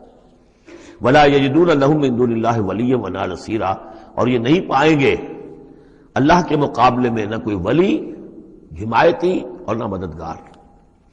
قد یعلم اللہ المعوقین منکم، تم میں سے اے نام نہاد مسلمانوں، اے منافقوں، ہمیں خوب معلوم ہے، اللہ کو خوب معلوم ہے کہ کون ان میں سے روکتے ہیں دوسروں کو کہ مت جاؤ، محاذ پر مت جاؤ۔ جیسا کہ میں بتا چکا ہوں کہ دو طرف تو حرات تھے، ادھر سے حفاظت تھی، پیچھے بنو قریظہ تھے، چونکہ وہ معاہد تھے، ان سے معاہدہ تو موجود تھا، لہذا اس اعتبار سے بظاہر وہ بھی محفوظ تھا، ادھر سے حملہ نہیں ہو سکتا تھا، اگرچہ اندیشہ ہر وقت تھا کہ کبھی وہ بھی دغا دیں تو پھر یہ ہے کہ چکی کے دو پارٹوں کے درمیان مسلمان آ جائیں گے۔ لیکن جو سامنے کا علاقہ تھا وہاں وہ خندق جو ہے کھود دی گئی، اور خندق سے ادھر جو ہے وہ مسلمان مورچہ لگا کے بیٹھے ہوئے، تو اب اس جو بھی وہ محاذ بنتا تھا اس پر کوئی نہیں جاتا تھا، روکتے تھے ادھر مت جاؤ، کہاں جا رہے ہو۔ قد یعلم اللہ المعوقین منکم، تم میں سے جو لوگ روکتے ہیں دوسروں کو، والقائلین لاخوانہم ہلم الینا، اور جو کہتے ہیں اپنے بھائیوں سے آؤ ہماری طرف آؤ، گھروں میں گھس جاؤ، چھپ جاؤ، تمہارا جو ہے کہیں نام و نشان نہ رہے، کہاں جا رہے ہو موت کے منہ میں۔ ولا یاتون الباس الا قلیلا، اور وہ نہیں آتے، حاضر نہیں ہوتے جنگ میں، یعنی میدان جنگ میں جہاں پر کہ فوجوں کا پڑاؤ ہے، آمنے سامنے کا معاملہ، مگر کبھی کسی وقت۔ شاذ اشیحتن علیکم، اے مسلمانوں یہ تمہارے حق میں بہت بخیل ہے، کوئی خیر نہیں چاہتے تمہارے لیے، یہ خیر خواہ نہیں ہے، تمہارے بدخواہ ہے۔ فَإِذَا جَاءَ الْخَوْفُ رَأَيْتَهُمْ، اور جب خوف اگر چلا جائے، یہ لشکر چلے جائیں، یہ خوف کی کیفیت ختم ہو جائے، رأيتهم ينظرون، اذا جاء الخوف، جب خوف آتا ہے، خوف کی کیفیت پیدا ہو جاتی ہے، خوفناک صورتحال، رأيتهم ينظرون إليك، تو اے نبی آپ ان کو دیکھتے ہیں کہ آپ کی طرف ایسے دیکھ رہے ہوتے ہیں، تدور اعینہم کالذی یغشی علیہ من الموت، کہ ان کی آنکھیں ایسی پھرتی ہیں جیسے کہ اس شخص کی آنکھ پھرا کرتی ہے کہ جس پر موت کی غشی طاری ہو رہی ہو، کیونکہ اب مرحلہ آ گیا خطرے کا، پھر جنگ ہے، پھر جانا پڑے گا، پھر وہی ساری صورتحال، سارے اندیشے، سارے خطرات، تو گویا کہ ان کو موت کی غشی اور نزع کی کیفیت میں جو ہوتی ہے، آنکھیں جس طرح کے پتھرا جاتی ہیں یا پھرتی ہیں، اس طریقے سے تدور اعینہم کالذی یغشی علیہ من الموت۔ فاذا ذهب الخوف، اور جب خوف چلا جائے، ختم ہو جائے، یعنی وہ صورتحال جیسے کہ بعد میں ہو گئی کہ چلے گئے لشکر، جب چلے گئے تو اب ان کا طریقہ کار کیا ہے؟ وَإِذَا ذَهَبَ الْخَوْفُ سَلَقُوكُمْ بِأَلْسِنَةٍ حِدَادٍ، اب وہ تم پر پل پڑتے ہیں اپنی لوہے کی زبانوں کے ساتھ، یعنی زبانیں قینچیوں کی طرح چلنی شروع ہو جاتی ہیں، مسلمانوں پر تنقید بھی ہے، اپنے ایمان کا اظہار بھی ہے، چرب زبانی بھی ہے، تو حداد لوہے کی جیسے ان کی زبانیں لوہے کی ہوں، تو ہمارے محاورے میں قینچی کی طرح زبان کا چلنا۔ سلق جو ہے عربی محاورے میں، عربی لغت میں آتا ہے بسطن بقہر اما بالید او باللسان، کسی کے پر حملہ آور ہونا یا ہاتھ سے یا زبان سے۔ تو سلقوکم بالسنۃ حداد اشیۃ علی الخیر، اور پھر جو بھی کوئی مال غنیمت ہوگا اس کے اوپر یہ ایسے ہوں گے، جھکے پڑیں گے کہ مال سارا ہمیں ہی مل جائے۔ اولئک لم یؤمنوا، یہ وہ لوگ ہیں کہ جو حقیقتاً ایمان نہیں لائے۔ فاحبط اللہ اعمالہم، تو اے نبی انہوں نے اس کیفیت میں جو بھی کوئی نیکیاں کی ہیں، بظاہر نیکیاں، آپ کے امامت میں نمازیں بھی تو پڑھی ہیں نا انہوں نے، آخر مدینہ منورہ میں وہ نمازیں پڑھتے تھے منافق، کس کی امامت میں؟ محمد رسول اللہ کی امامت میں، کس مسجد میں؟ مسجد نبوی میں، لیکن ان کے سارے اعمال حبط ہو گئے۔ فاحبط اللہ اعمالہم، اللہ نے ان کے تمام اعمال اکارت کر دی۔ وکان ذلک علی اللہ یسیرا، اور یہ چیز اللہ پر بہت آسان ہے۔ یحسبون الاحزاب لم یذهبوا، جبکہ جا چکے ہیں لشکر، ان کا حال یہ ہے کہ ان کے اوپر ابھی تک خوف طاری ہے۔ جیسے ہوتا ہے کہ کسی بڑے حادثے کے بعد بھی بہت دیر تک اعصاب کے اوپر جو ہے وہ ایک طرح کی کپ کپی طاری رہتی ہے، انسان کے سنسناہٹ سی رہتی ہے، اتنا بڑا حادثہ ہوا ہے۔ یحسبون الاحزاب لم یذهبوا، یہ سمجھتے ہیں کہ وہ گئے نہیں ہیں، کہیں ادھر چھپ گئے ہوں، کہیں پھر دوبارہ آ رہے ہوں، کہیں حملہ دوبارہ تو نہیں کر رہے ہیں، یہ کوئی ان کے ٹیکٹیکل موو تو نہیں تھی کہ ذرا پیچھے ہٹ کے پھر حملہ آور کریں۔ یحسبون الاحزاب لم یذهبوا، یہ سمجھتے ہیں کہ وہ لشکر گئے نہیں ہیں۔ وَإِن یأتی الاحزاب، اور اگر کہیں دوبارہ وہ لشکر جو ہیں، وہ فوجیں جو ہیں دوبارہ کہیں حملہ آور ہو جائیں، یودوا لو انہم بادون فی الاعراب، تو ان کی بڑی خواہش ہوگی کاش کہ ہم مدینے کو چھوڑ کر کہیں ریگستانوں میں چلے گئے ہوتے، اور کہیں نخلستانوں میں جا کر آراب کی حیثیت کے ساتھ ہم ان کے ساتھ چلے گئے ہوتے، بادیہ نشینوں کے پاس۔ یسألونک عن انبائکم، اور وہاں سے اے مسلمانوں تمہاری خبریں معلوم کرتے رہتے۔ اب کیا ہوا؟ اونٹ کس کروٹ بیٹھا؟ وَلَوْ كَانُوا فِيكُمْ مَا قَاتَلُوا إِلَّا قَلِيلًا، اور اگر یہ تمہارے درمیان موجود بھی رہے تو قتال میں تو حصہ نہیں وہ لیتے مگر شاس دکھانے کے لیے، کھانا پوری جسے ہم کہتے ہیں۔ اب ایک کردار تو یہ ہے جو سامنے آ گیا، دوسرا کردار کیا ہے؟ لَقَدْ كَانَ لَكُمْ فِي رَسُولِ اللَّهِ أُسْوَةٌ حَسَنَةٌ۔ دوسرے کردار کا جو دوسری تصویر ہے، اس کا جو خورشید ہے، سورج ہے، وہ محمد رسول اللہ کا کردار ہے۔ فرمایا اے مسلمانوں تمہارے لیے اللہ کے رسول میں ایک اسوہ ہے، نمونہ ہے، بہترین نمونہ۔ اب یہ بات نوٹ کرنے کی ہے کہ یہ آیت ہمارے ہاں سیرت کی تقاریر ہوں، کوئی میلاد کی محفلیں ہوں، کوئی وعظ ہو تو اس میں بہت پڑھی جاتی ہے یہ آیت اسوہ حسنہ۔ لیکن عام طور پر ہمارے یہاں اسوہ حسنہ کیا ہے؟ چھوٹی چھوٹی سنتیں، ان کا تذکرہ ہوگا۔ مسواک کرنا بھی اسوہ ہے، ٹھیک ہے۔ اسی طریقے سے اور سنتیں ہیں، مسجد میں داخل ہو تو داہنا پاؤں آگے آنا چاہیے، بایاں نہیں، ٹھیک ہے، ہونا چاہیے، ایک شخص کو کرنا چاہیے، اہتمام کرنا چاہیے، حضور کا یہی معمول تھا۔ یہ سب بھی اسوے میں شامل ہے۔ اصل اسوہ یہ ہے کفر کے مقابلے میں جان ہتھیلی پر رکھ کر میدان میں آنا، یہ ہے اسوہ۔ یہ اسوہ ہماری نگاہوں سے اوجھل ہے۔ محمد رسول اللہ کا مثالی کردار کس اعتبار سے؟ جب بھوک تھی شدید، حضور کو بھی بھوک تھی اور فاقہ تھا۔ جب صحابہ نے آ کے شکایت کی کہ حضور ناقابل برداشت ہو گئی ہے یہ بھوک، دیکھیے ہم نے اپنے پیٹوں پر پتھر باندھے ہوئے ہیں تاکہ یہ کہ معدے کو وہ جو ہنگر کنٹریکشنز ہوتی ہیں وہ نہ ہو، اس کو کم سے کم جھوٹا ہی صحیح ایک دلاسا ہو کہ کچھ بوجھ ہے میرے اوپر، وہ بوجھ چاہے پتھر کا ہو، کھانے کا نہ ہو۔ یہ سب پتھر باندھے ہوئے، کمر دوہری نہ ہو جائے ہماری۔ حضور نے اپنا کرتا اٹھا کے دکھایا، وہاں 2 پتھر بندھے ہوئے، اور اسی حال میں جب صحابہ کدالیں چلا رہے ہیں، کھود رہے ہیں، تو حضور جو ہے اپنے کندھے پر بڑے بڑے پتھر اٹھا کر لے جا کر اور باہر پھینک رہے ہیں۔ اسی میں آپ شریک ہیں پوری طریقے سے۔ یہ ہے اسوہ۔ ایسا نہیں تھا کہ بس حضور تو کہیں ایک جگہ بیٹھے ہوں اور خیمہ لگا ہو اور مور چھل چلے جا رہے ہوں، سمجھے آپ، اور سب ٹھنڈی چھاؤں آپ کو فراہم کی گئی ہو اور باقی سب لوگ جو اس کام میں لگے ہوئے۔ یہ اسوہ ہے محمد کا صلی اللہ علیہ وسلم۔ لقد کان لکم فی رسول اللہ اسوۃ حسنہ، اسی کو میں کہا کرتا ہوں جدید اصطلاح میں ایک ہے میکرو اکنامکس اور ایک ہے مائکرو اکنامکس۔ تو مائکرو سنت کو تو لوگ جانتے ہیں، یہ سنت ہے، یہ سنت ہے، اس میں سے بعض کے بارے میں بڑے جھگڑے بھی ہیں، رفع یدین سنت ہے یا نہیں ہے، لیکن میں اس مسئلے پر نہیں جا رہا ہوں۔ لیکن میکرو سنت جو ہے، سب سے بڑی سنت جو ہے، وہ تو یہ ہے کہ وحی کے آغاز کے بعد سے لے کر 40 برس کی عمر کے بعد سے لے کر حضور نے ایک لحظہ، ایک منٹ معاش کی جد و جہد میں صرف نہیں کیا۔ پوری زندگی، پورا وقت، پوری توانائی، پوری قوت دعوت دین، اقامت دین، دین کی دعوت، دین کی اقامت اسی میں لگائی۔ کوئی جائیداد نہیں بنائی، کوئی کاروبار، حالانکہ اس سے پہلے آپ بہت کامیاب تاجر تھے، کاروبار کرتے تھے، لیکن جب یہ فرض منصبی آ گیا، یا ایھا المدثر قم فانذر وربک فکبر، اب یہی کام ہے، تو کچھ تو اس کی بھی پیروی کرنے کی کوشش کی جائے، اس درجے میں نہ صحیح، وہ عکس تو ہو۔ میکرو سنت جو ہے کسی درجے میں تو اپنی زندگی کے اندر اس کا عکس پیدا کیا جائے۔ ہاں اس کے ساتھ پھر چھوٹی چھوٹی سنتیں بھی ہو جاؤں تو کیا کہنے ہیں، پھر نور علی نور ہے۔ لیکن یہ اس میکرو سنت کا تو ہے ہی نہیں، اپنی تو ساری توانائی، ساری طاقت، سارا وقت دنیا بنانے میں، اور یہ کہ وہ مسواک کر لی تو سمجھا کہ میں نے تیر مار لیا، 100 شہیدوں کا ثواب مل گیا مجھے، میں نے مسواک کیے، میں نے برش نہیں کیا، اور بعض لوگ تو پھر مسواک اپنی جیب میں اس طرح رکھتے ہیں کہ جیسے قومی نشان ہمارا، یہ اس طریقے سے تاکہ معلوم ہو جائے کہ یہ شخص جو ہے سنت رسول کا یہ جو ہے پابندی کرنے والا ہے۔ تو لقد کان لکم فی رسول اللہ اسوۃ حسنۃ لمن کان یرجو اللہ والیوم الآخر، بڑی اہم آیت ہے یہ۔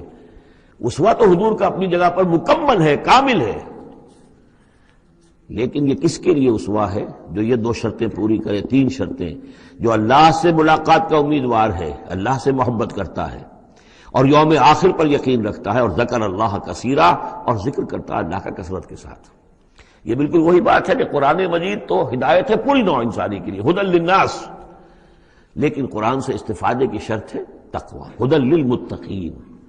تو جو ربط و تعلق ہے ان 2 آیتوں میں وہی سمجھیے کہ اپنی جگہ پر حضور کی زندگی ایک اسوہ کاملہ ہے، مکمل، لیکن اس سے استفادے کی شرائط ہے، لمن کان یرجو اللہ والیوم الآخر وذکر اللہ کثیرا۔ اب یہ اہل ایمان، حضور کے بعد اہل ایمان کا تذکرہ ہو رہا ہے، محمد الرسول اللہ والذین معہ، اب معہ جو تھے اہل ایمان، ولما رأى المؤمنون الاحزاب، اور جب اہل ایمان نے دیکھا ان لشکروں کو، قالوا هذا ما وعدنا اللہ ورسولہ وصدق اللہ ورسولہ، انہوں نے کہا یہی تو ہے جس کا اللہ نے وعدہ کیا تھا ہم سے اور اس کے رسول نے وعدہ کیا تھا۔ اب دیکھیے ایک ہی سچویشن ہے، اس کا ریئیکشن کس قدر ایک دوسرے سے مختلف ہے۔ معلوم ہے یہ مسئلہ ہے انسان کا اندرونی، یضل بہ کثیرا ویہدی بہ کثیرا، تو جیسے قرآن کے بارے میں آیا اسی طریقے سے اس سچویشن سے بھی انہوں نے کیا کہا؟ ہم نے تو سنا ہوا ہے، پہلے ہی اللہ نے کہہ دیا تھا وَلَنَبْلُوَنَّكُمْ بِشَيْءٍ مِّنَ الْخَوْفِ وَالْجُوعِ وَنَقْصٍ مِّنَ الْأَمْوَالِ وَالْأَنفُسِ وَالثَّمَرَاتِ، یہ قرآن مجید میں سورہ بقرہ میں آیت نہیں آ چکی تھی؟ لَتُبْلَوُنَّ فی اموالکم فی انفسکم واموالکم، یہ کیا سورہ آل عمران میں آیت نہیں آ چکی تھی؟ یہ تو چیزیں وہی تو ہے جس کا کہ ہم سے وعدہ کیا تھا۔ وَلَمَّا رَأَى الْمُؤْمِنُونَ الْأَحْزَابَ، جب دیکھا اہل ایمان نے ان احزاب کو، قَالُوا هَذَا مَا وَعَدَنَا اللَّهُ وَرَسُولُهُ وَصَدَقَ اللَّهُ وَرَسُولُهُ، اور بالکل صحیح کہا تھا اللہ نے بھی اور بالکل صحیح فرمایا تھا اس کے رسول نے بھی، وَمَا زَادَهُمْ إِلَّا إِيمَانًا وَتَسْلِيمًا، اور نہیں ہوا ان میں کسی شے کا اضافہ مگر ایمان اور تسلیم، ایمان کے ساتھ تسلیم، سر تسلیم خم، سر تسلیم خم ہے جو مزاج یار میں آئے، جو اللہ کی طرف سے فیصلہ ہے، جیسا کہ ہم پڑھ چکے ہیں سورہ توبہ میں، اگرچہ سورہ توبہ تو بہت بعد میں نازل ہوگی، ابھی 4 سال بعد میں اس سورہ مبارکہ کے وہ زمانہ نزول کے اعتبار سے، لیکن ہم تو پڑھ چکے ہیں۔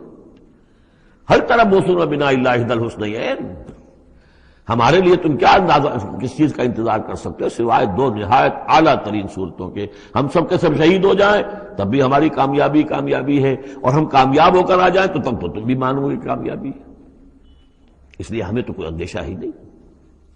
تو اس میں تسلیم ان کے اندر، اور ہم بھی تسلیم کی خو ڈالیں گے، بے نیازی تیری عادت ہی صحیح۔ من المؤمنین رجال صدقوا ما عاہدوا اللہ علیہ، ان اہل ایمان میں وہ جمع مرد لوگ ہیں رضی اللہ تعالی عنہم وارضاہم اجمعین، صدقوا ما عاہدوا اللہ علیہ، جنہوں نے سچا کر دکھایا وہ عہد جو انہوں نے اللہ سے کیا تھا۔ انہوں نے کہا تھا ہم اپنی جان اور مال حاضر ہیں، ہم جنت کے عوض یہ سب کچھ دینے کو تیار ہیں، انہوں نے وہ عہد پورا کر دیا۔ فَمِنْهُمْ مَنْ قَضَى نَحْبَهُ، ان میں سے وہ بھی ہیں جو اپنی نظر گزار چکے، نظر پیش کر چکے۔ کتنے ہی صحابہ تھے جو اس وقت تک جام شہادت نوش کر چکے تھے، سن 5 ہے یہ تو، سن 3 میں 70 صحابہ تو غزوہ احد کے اندر ہی شہید ہوئے۔ فَمِنْهُمْ مَنْ قَضَى نَحْبَهُ، ان میں وہ بھی ہیں کہ جو اپنی نظر پیش کر چکے۔ وَمِنْهُمْ مَنْ يَنْتَظِرُ، اور باقی جو ہے وہ منتظر ہے کہ کب وقت آئے۔ یہ تو ہم انتظار میں ہیں کہ کب اللہ تعالیٰ ہمیں بھی شہادت کا درجہ دے، ہماری بھی شہادت قبول فرما لے۔ لگا رکھا ہے تیرے خنجر و ثنا کے لیے وبال دوش ہے سر، جس میں وبال دوش ہے سر، جس میں ناتواں پہ مگر لگا رکھا ہے تیرے خنجر و ثنا کے لیے۔ ہم تو اللہ منتظر ہیں کہ کب ہماری باری آ جائے۔ فَمِنْهُمْ مَنْ قَضَى نَحْبَهُ وَمِنْهُمْ مَنْ يَنْتَظِرُ وَمَا بَدَّلُوا تَبْدِيلًا، اور انہوں نے ہرگز تبدیلی کوئی نہیں کی، جو انہوں نے عہد اللہ سے کیا سر بوس میں فرق نہیں آنے دیا۔ لِيَجْزِيَ اللَّهُ الصَّادِقِينَ بِصِدْقِهِمْ، تاکہ اللہ تعالیٰ سچوں کو ان کی سچائی کا پورا بدلہ دے۔ وَيُعَذِّبَ الْمُنَافِقِينَ إِنْ شَاءَ أَوْ يَتُوبَ عَلَيْهِمْ، اور ان منافقوں کو چاہے تو ان پر عذاب بھیج دے اور چاہے تو ابھی ان کی توبہ قبول کر لے، انہیں توبہ کا موقع دے دے۔ یہ میں بتا چکا ہوں کہ آخری جو فیصلہ ہوا وہ جب کہ غزوہ تبوک کا معاملہ ہوا ہے، پھر آخری فیصلے ہوئے ہیں۔ یا سورہ نساء جو ہے اس کے اندر بھی وہ آیت آ گئی تھی کہ فی الدرک الاسفل من النار، لیکن آخری چیز کہ اے نبی استغفر لہم او لا تستغفر لہم ان تستغفر لہم 70 مرۃ فلن یغفر اللہ لہم، کہ اب آپ ان منافقوں کے لیے استغفار کریں یا نہ کریں، اگر 70 مرتبہ بھی استغفار کریں گے تب بھی اللہ ان کو معاف نہیں فرمائے گا۔ ان اللہ کان غفور الرحیم، یقینا اللہ غفور الرحیم ہے۔ ورد اللہ الذین کفروا، اللہ نے لوٹا دیا ان کافروں کو جو چڑھ کر آئے تھے بڑے شان و شوکت کے ساتھ، وہ پورے لشکر جو ہے سب چلے گئے بغیظہم، وہ اپنے غصے کو ساتھ ہی لے گئے۔ وہ غصہ جو ہے وہ نکالے بغیر، یا تو کوئی جنگ ہوتی کچھ وہ قتل عام کرتے تو کچھ غصہ ان کا نکلتا، اللہ نے ان کو ان کے غصے کے ساتھ ہی واپس کر دیا۔ ورد اللہ الذین کفروا بغیظہم لم ینالوا خیرا، انہیں کوئی خیر حاصل نہ ہو سکا، کوئی فتح ہوتی، کوئی کارنامہ سر انجام دیا ہوتا، کچھ نہیں۔ وکفى اللہ المؤمنین القتال، اور اللہ کافی رہا اہل ایمان کی طرف سے قتال کے لیے۔ اہل ایمان کو تو جنگ کی نوبت ہی نہیں آئی، کھلی جنگ تو ہوئی نہیں، اللہ نے خود ہی آندھی بھیج کر اور جو بھی اپنی خفیہ تدابیر ہیں، جو بھی اپنی مدد تھی فرشتوں کے ذریعے سے، اللہ تعالیٰ نے گویا کہ اہل ایمان کو اس امتحان میں سے تو گزار دیا، باقی یہ کہ کوئی غضب نہیں پہنچنے دیا۔ وَكَانَ اللَّهُ قَوِيًّا عَزِيزًا، اور یقیناً اللہ تعالیٰ قوی اور عزیز ہے، زبردست ہے، قوت والا ہے۔ وَأَنزَلَ الَّذِينَ ظَاهَرُوهُمْ، اب یہ دوسرا ہے، اس کا جو ضمیمہ ہے غزوہ احزاب کا، وہ غزوہ بنی قریظہ ہے۔ روایات میں آتا ہے کہ حضور نے غزوہ، جب یہ لشکر چلے گئے، غزوہ احزاب ختم ہو گیا تو آ کر واپس گھر آ کر اپنے ہتھیار وغیرہ اتارے، زرہ اتاری، تو حضرت جبرائیل آئے کہ آپ نے ہتھیار اتار دی، ہم نے تو ابھی اتارے نہیں ہیں، ابھی بنو قریظہ کو کیفر کردار تک پہنچانا ہے۔ انہوں نے جو غداری کی اس موقع پر، اپنے عہد کو توڑا ہے، اس کی سزا انہیں دینی ہے۔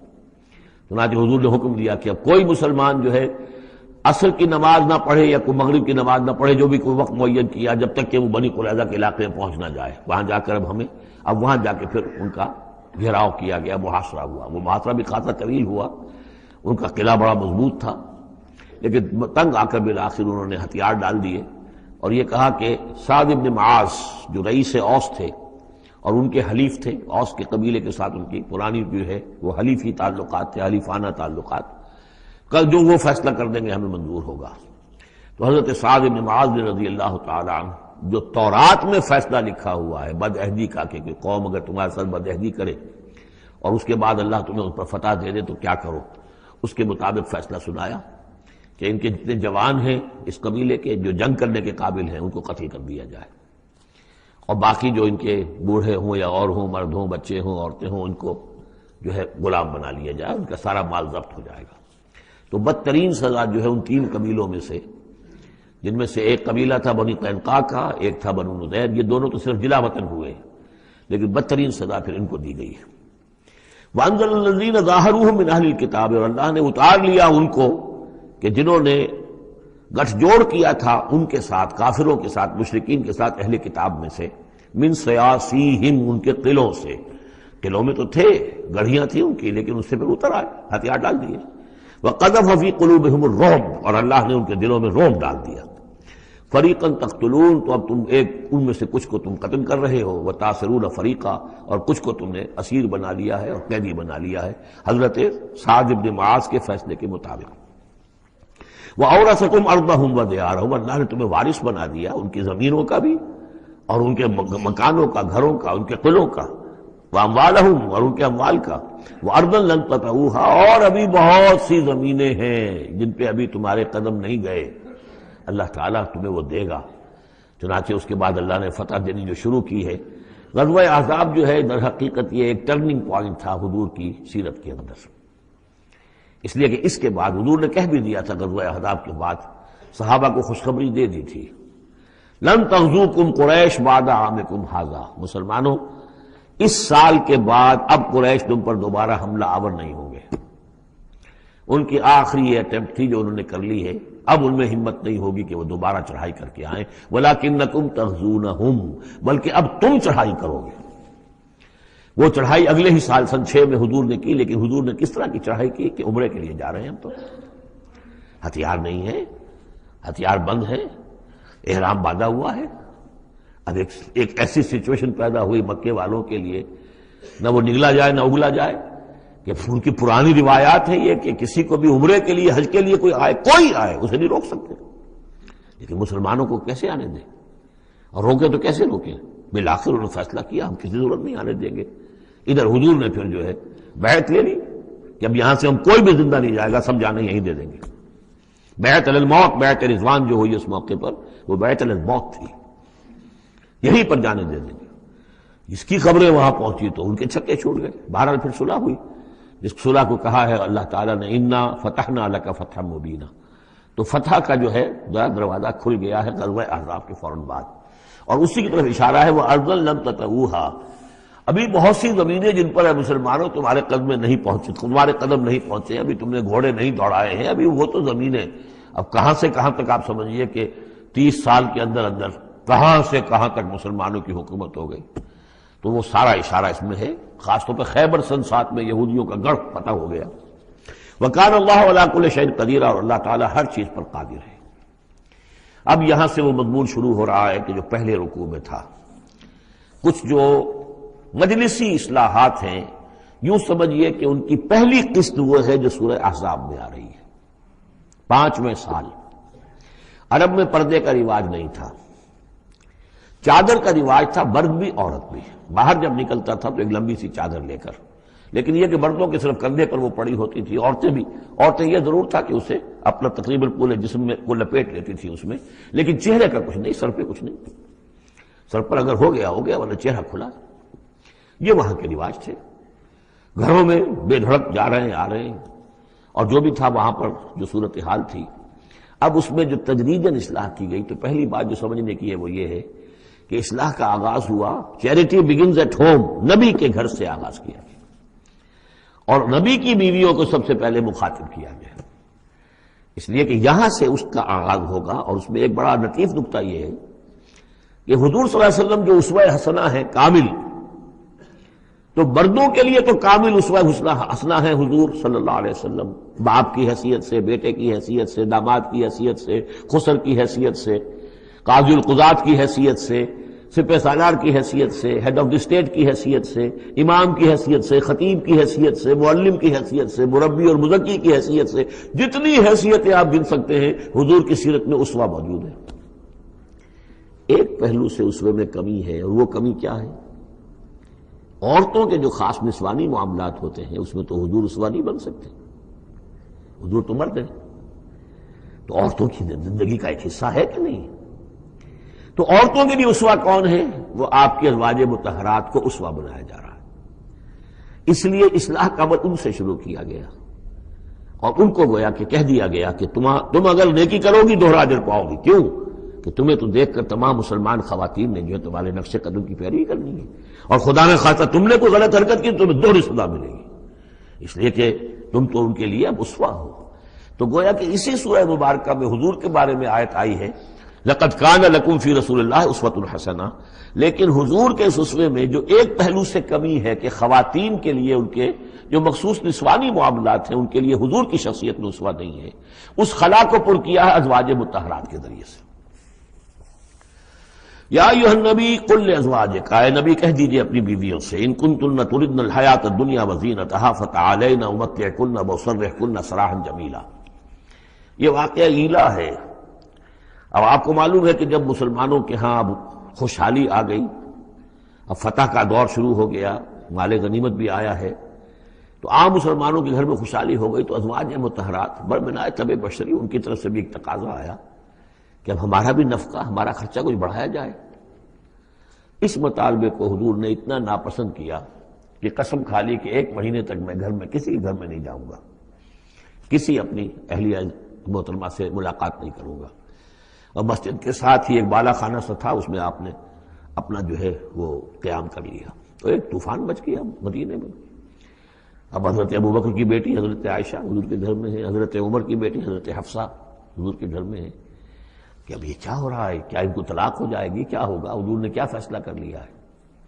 اس کو ایلا کہتے ہیں، کچھ عرصے کے لیے بیویوں سے قطع تعلق کر لینا. اور یہ سورہ الذین یولون من نسائہم، اس کا حکم جو ہے وہ آ چکا، 4 مہینے سے زیادہ کی اجازت نہیں ہے.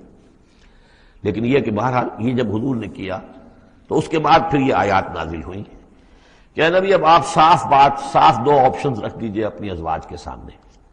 اگر تو انہیں دنیا چاہیے کہ وہ خود آیات ہی میں دیکھ لیجئے، ان کنتن تردن الحیات الدنیا، کہ اگر تو تم چاہتی ہو دنیا کی زندگی، اس کی زیبائش اور آرائش، وزینتہا، فتعالین آؤ امتعکن، میں تمہیں مال و متاع دے دوں گا، واسرحکن سراحا جمیلا، پھر میں اپنے گھر سے تمہیں رخصت کر دوں گا خوبصورتی کے ساتھ.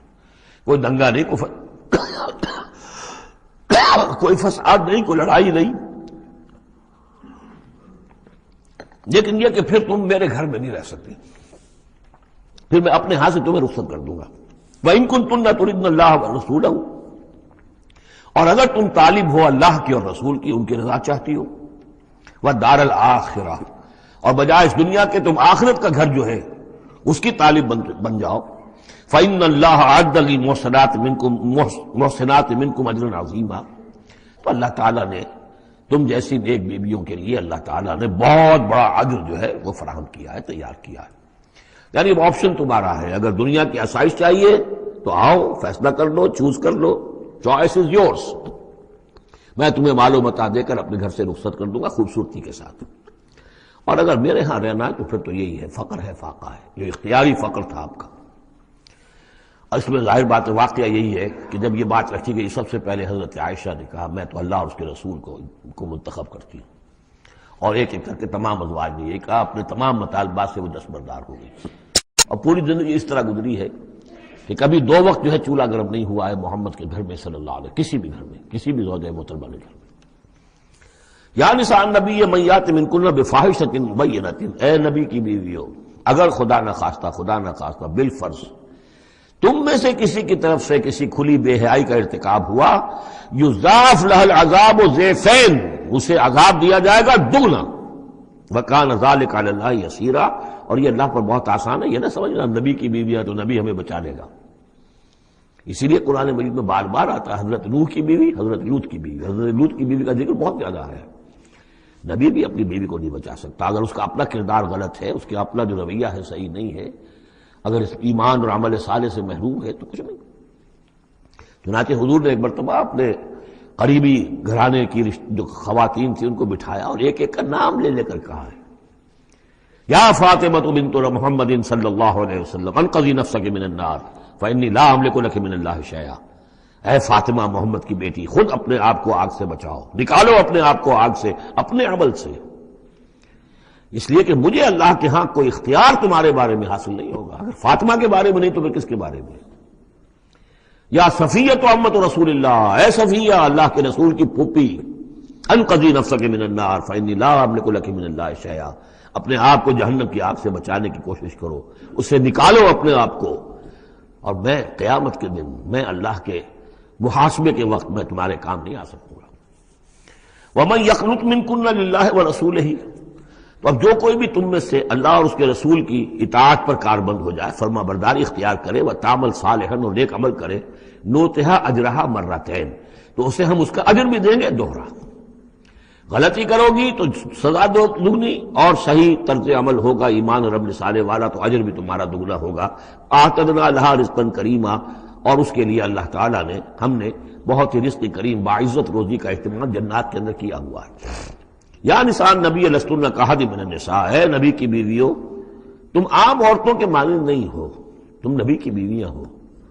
یہاں اس کو سمجھ لیجیے، مراد کیا ہے کہ تمہیں اسوہ بننا ہے امت کی تمام خواتین کے لیے تا قیام قیامت. لستن کاحد من النساء. اب پہلی ہدایت یہ دی گئی ان اتقیتن فلا تخضعن بالقول. ظاہر بات ہے وہ پہلی یوں سمجھیے کہ جو میں معاشرے کا نقشہ میں کھینچ چکا ہوں کہ لوگ آتے تھے گفتگو کرتے تھے بے دھڑک. پہلی بات تو یہ آپ نے فرمائی کہ اگر تم تقویٰ دل میں رکھو اور لوگوں سے بات کرتے ہوئے اپنی آواز میں لوچ پیدا نہ کرو، نرمی پیدا نہ کرو.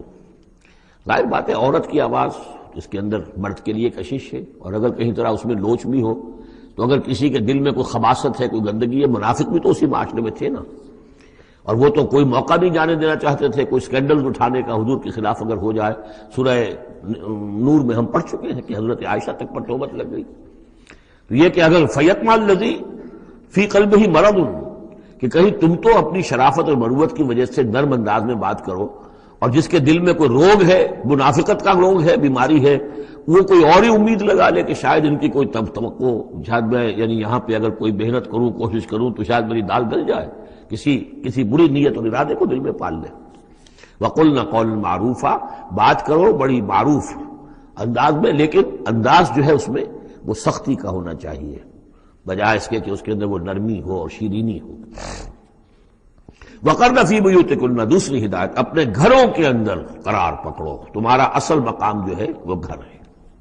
اب یہ اصول دیے جا رہے ہیں، یعنی سمجھئے کہ یہ اصلاحات جو ہو رہی ہیں، مخلوط معاشرہ نہیں ہے اسلامی معاشرہ، عورت کا اصل مقام اس کا گھر ہے، ماں کی حیثیت سے، بہن کی حیثیت سے، بیٹی کی حیثیت سے، بیوی کی حیثیت، گھر کے اندر۔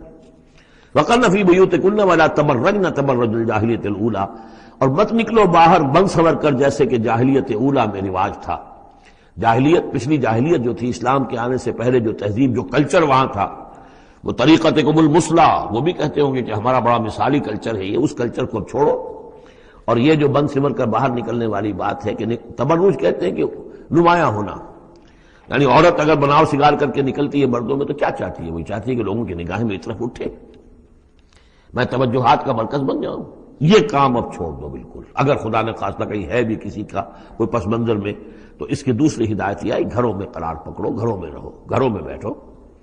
وَقَرْنَ فِي بُيُوتِكُنَّ وَلَا تَبَرَّجْنَ تَبَرُّجَ الْجَاهِلِيَّةِ الْأُولَىٰ وَأَقِمْنَ الصَّلَاةَ وَآتِينَ الزَّكَاةَ وَأَطِعْنَ اللَّهَ وَرَسُولَهُ، اور نماز قائم کرو اور زکوٰۃ ادا کرو اور اللہ کی اور اس کے رسول کی اطاعت پر کاربند رہو۔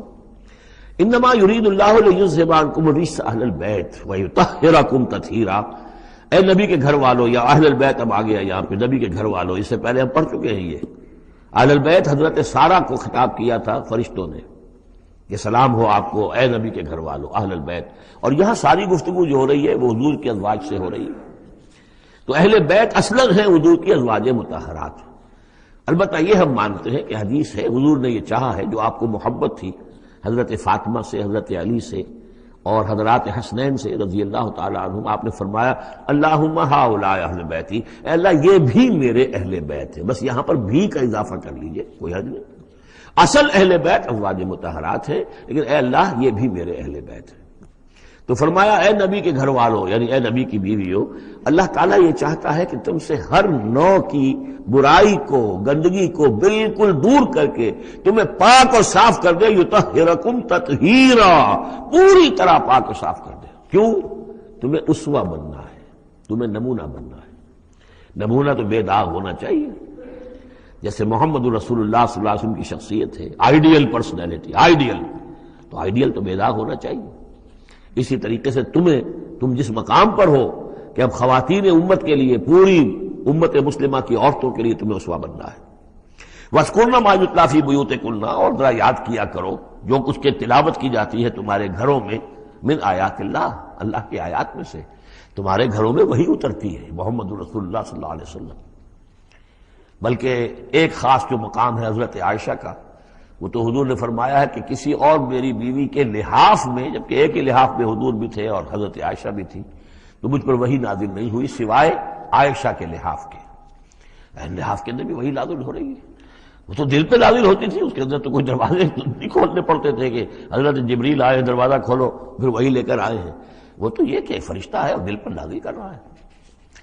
تو فرمایا کہ تمہارے گھروں میں اللہ کی آیات کی تلاوت کی جا رہی ہے، والحکمہ، اور نبی کی زبان مبارک سے جو احادیث ہے جو آپ بیان کر رہے ہیں، سب سے بڑھ کر تو تمہارے سامنے آ رہی ہے حکمت نبوی، یعنی وہ جو وحی خفی ہے اس کا بھی سب سے بڑھ کر تمہارے سامنے جو ہے چرچا ہو رہا ہے۔ ان اللہ کان لطیفا خبیرا، یقین اللہ تعالیٰ بہت باریک بین ہے اور باخبر ہے۔ اب وہ آیت آ گئی ہے، آیت نمبر 35، جس کا میں نے تذکرہ کیا تھا، سورہ نور کی آیت نمبر 35، وہ ہے حقیقت ایمان پر۔ اللہ نور السماوات والارض مثل نورہ کمشکاۃ فیہا مصباح، المصباح فی زجاجہ، الزجاجۃ کأنہا کوکب دری یوقد من شجرۃ مبارکۃ زیتونۃ لا شرقیۃ ولا غربیہ یکاد زیتھا یضیء ولو لم تمسسہ نار نور علی نور یہدی اللہ لنورہ من یشاء ویضرب اللہ الامثال للناس واللہ بکل شیء علیم۔ یہ ایک آیت ہے، بڑی آیت ہے، ایمان کی ماہیت، ایمان کی حقیقت، ایمان کے اجزاء ترکیبی۔ اب اس ایمان کا ظہور جو انسانی شخصیت میں ہوتا ہے، اور اس کو اب یہاں پہ 10 صفات جو ہے گنوائی گئی ہیں، لیکن چونکہ یہاں پہ اس سورہ مبارکہ کا بھی اور سورہ نور کا بھی، جیسا کہ ان دونوں کا مضمون یہ ہے کہ وہ جو معاشرتی اصلاح اور ان میں خواتین جو ہیں ان کے مسائل کو خاص طور پہ لایا جا رہا ہے، تو عام طور پر تو قرآن میں یہ ہے کہ جو حکم بھی ہے وہ مذکر کے صیغے میں آ جاتا ہے، مردوں سے خطاب کر کے، لیکن عورتیں بھی اس کی مخاطب ہیں، اسے برسبیل تغلیب کہتے ہیں، قاعدہ ہے کہ بظاہر خطاب ہے اقیم الصلاۃ، مذکر کا صیغہ ہے، لیکن یہ خطاب جو ہے یہ عورتوں سے بھی ہے، الا یہ کہ ابھی ہم نے پڑھا اقمنا الصلاۃ، یہ یہاں مؤنث کے اس میں بھی آ گیا، لیکن عام طور پر قرآن میں جو آیا ہے وہ تو مذکر کا صیغہ ہے، لیکن یہاں آپ دیکھیں گے کہ ان کیفیات کو اور خصوصیات کو جو ایمان کے ثمرات اور نتائج ہیں ان کو دہرا کر مردوں اور عورتوں کے لیے علیحدہ علیحدہ بالکل پوری صراحت کے ساتھ، ان المسلمین والمسلمات، یقیناً مسلمان مرد اور مسلمان عورتیں، یعنی اطاعت کر لینے والی، سر تسلیم قلم کرنے والے مرد اور عورتیں، والمومنین والمومنات، اور مومن مرد اور مومن عورتیں، والقانتین والقانتات، اور فرما بردار مرد اور فرما بردار عورتیں، والصادقین والصادقات، اور راست باز مرد اور راست باز عورتیں، صدق قول بھی، صدق مقال اور صدق عمل، صدق کردار، والصابرین والصابرات، اور صبر کرنے والے مرد اور صبر کرنے والی عورتیں، والخاشعین والخاشعات، اور اللہ کے سامنے جھکے رہنے والے مرد اور جھکے رہنے والی عورتیں، والمتصدقین والمتصدقات، اور اللہ کے لیے صدقہ دینے والے مرد اور صدقہ دینے والی عورتیں، والصائمین والصائمات، اور روزہ رکھنے والے مرد اور روزہ رکھنے والی عورتیں، والحافظین فروجہم والحافظات، اور اپنے شرمگاہوں کی حفاظت کرنے والے مرد اور اپنی شرمگاہوں کی حفاظت کرنے والی عورتیں، والذاکرین اللہ کثیرا والذاکرات، اور کثرت کے ساتھ اللہ کا ذکر کرنے والے مرد اور ذکر کرنے والی عورتیں، اعد اللہ لہم مغفرۃ واجرا عظیما، اللہ تعالیٰ نے ان سب کے لیے مغفرت اور بہت بڑا اجر تیار کر رکھا ہے۔ اللہم ربنا اجعلنا منہم، اللہم ربنا اجعلنا منہم۔ اب وہ مسئلہ آ رہا ہے کہ جس کی تمہید ہوئی تھی پہلے رکوع میں، حضرت زینب رضی اللہ تعالیٰ عنہ سے حضور کی شادی کا معاملہ، اور اس سے پہلے حضور کے کہنے کی وجہ سے حضرت زینب کا نکاح جو حضرت زید ابن حارثہ سے ہوا، پھر زید ابن حارثہ رضی اللہ تعالیٰ عنہ نے جو ان کو طلاق دینی چاہی، پھر حضور کے دل میں جو یہ خیال ہوا کہ میں نے پہلے تو حکم دے کر نکاح پر مجبور کیا، اب اگر یہ داغ لگ جاتا ہے زینب کو تو گویا کہ پھر تو ایک ہی شکل رہ جائے گی اس کی دل جوئی کی، تلافی کی، کہ میں خود نکاح کروں۔ اب میں خود نکاح کروں گا تو چونکہ زید میرا منہ بولا بیٹا رہا ہے پہلے، ایک طوفان اٹھ کھڑا ہوگا، حالانکہ اس میں بات کوئی نہیں تھی، لیکن یہ کہ حضور نے اس کی وجہ سے یہ سمجھا کہ یہ مصلحت کے خلاف ہوگا، تو اسی گویا کہ آپ اسی ششپنج میں تھے کہ یہ آیات نازل ہو گئی۔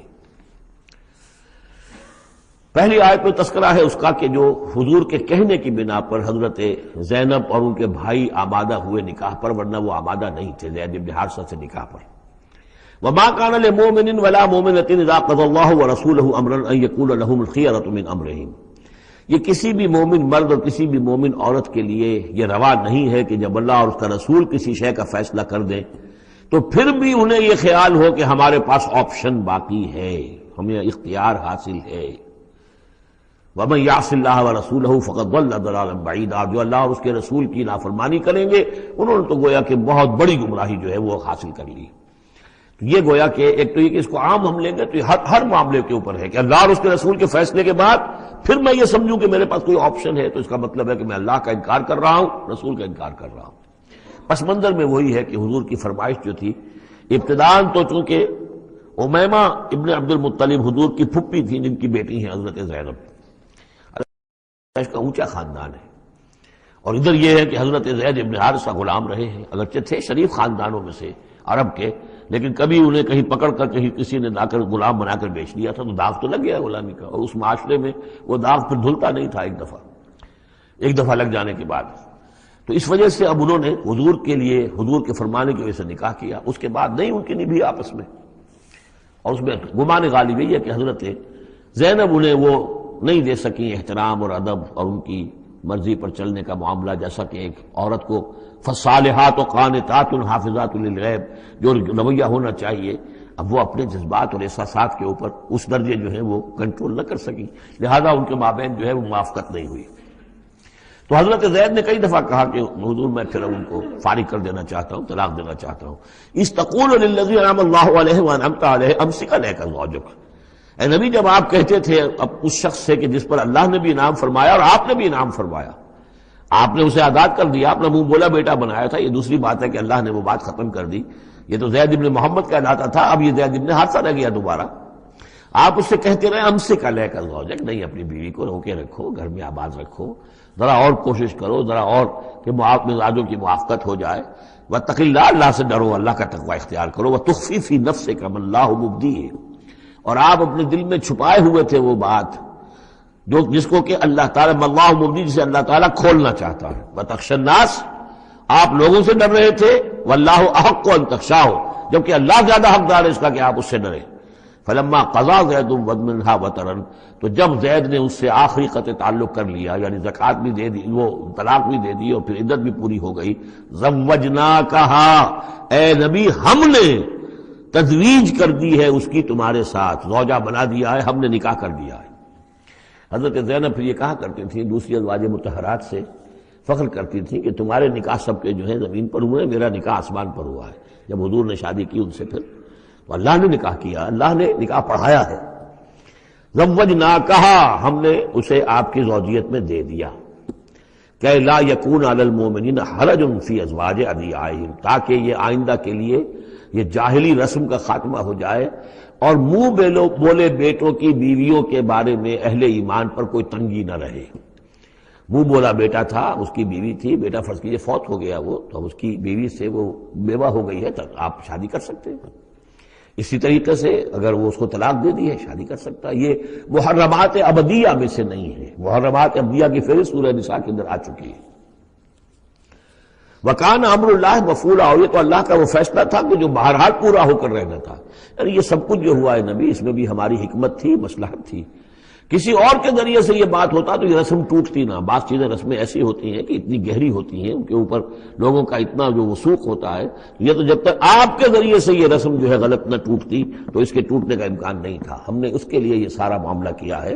ما كان على النبي من حرج فيما فرض الله له، نبی پر کوئی حرج نہیں ہے، کوئی مضائقہ نہیں ہے اس چیز میں جو اللہ نے اس کے اوپر عائد کر دی ہے، فرض کر دی ہے۔ سنت اللہ فی الذین خلوا من قبل، اور یہ اللہ کا وہ طریقہ ہے جو ان لوگوں کے بارے میں رہا جو پہلے گزر چکے، اللہ کے نبیوں کے ساتھ، رسولوں کے ساتھ اللہ کا یہی معاملہ رہا ہے۔ وَكَانَ أَمْرُ اللَّهِ قَدَرًا مَقْدُورًا، اور یہ تو اللہ کا وہ معاملہ تھا کہ جو گویا کہ طے تھا، مقرر ہو چکا تھا، ہماری مشیت میں یہ پہلے سے طے تھا۔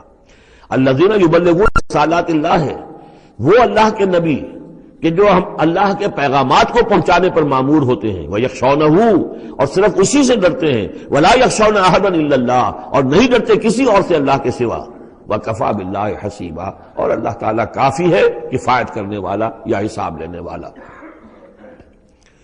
مَا كَانَ مُحَمَّدٌ أَبَا أَحَدٍ مِّن رِجَالِكُمْ، دیکھو محمد تم میں سے کسی مرد کے باپ نہیں ہے۔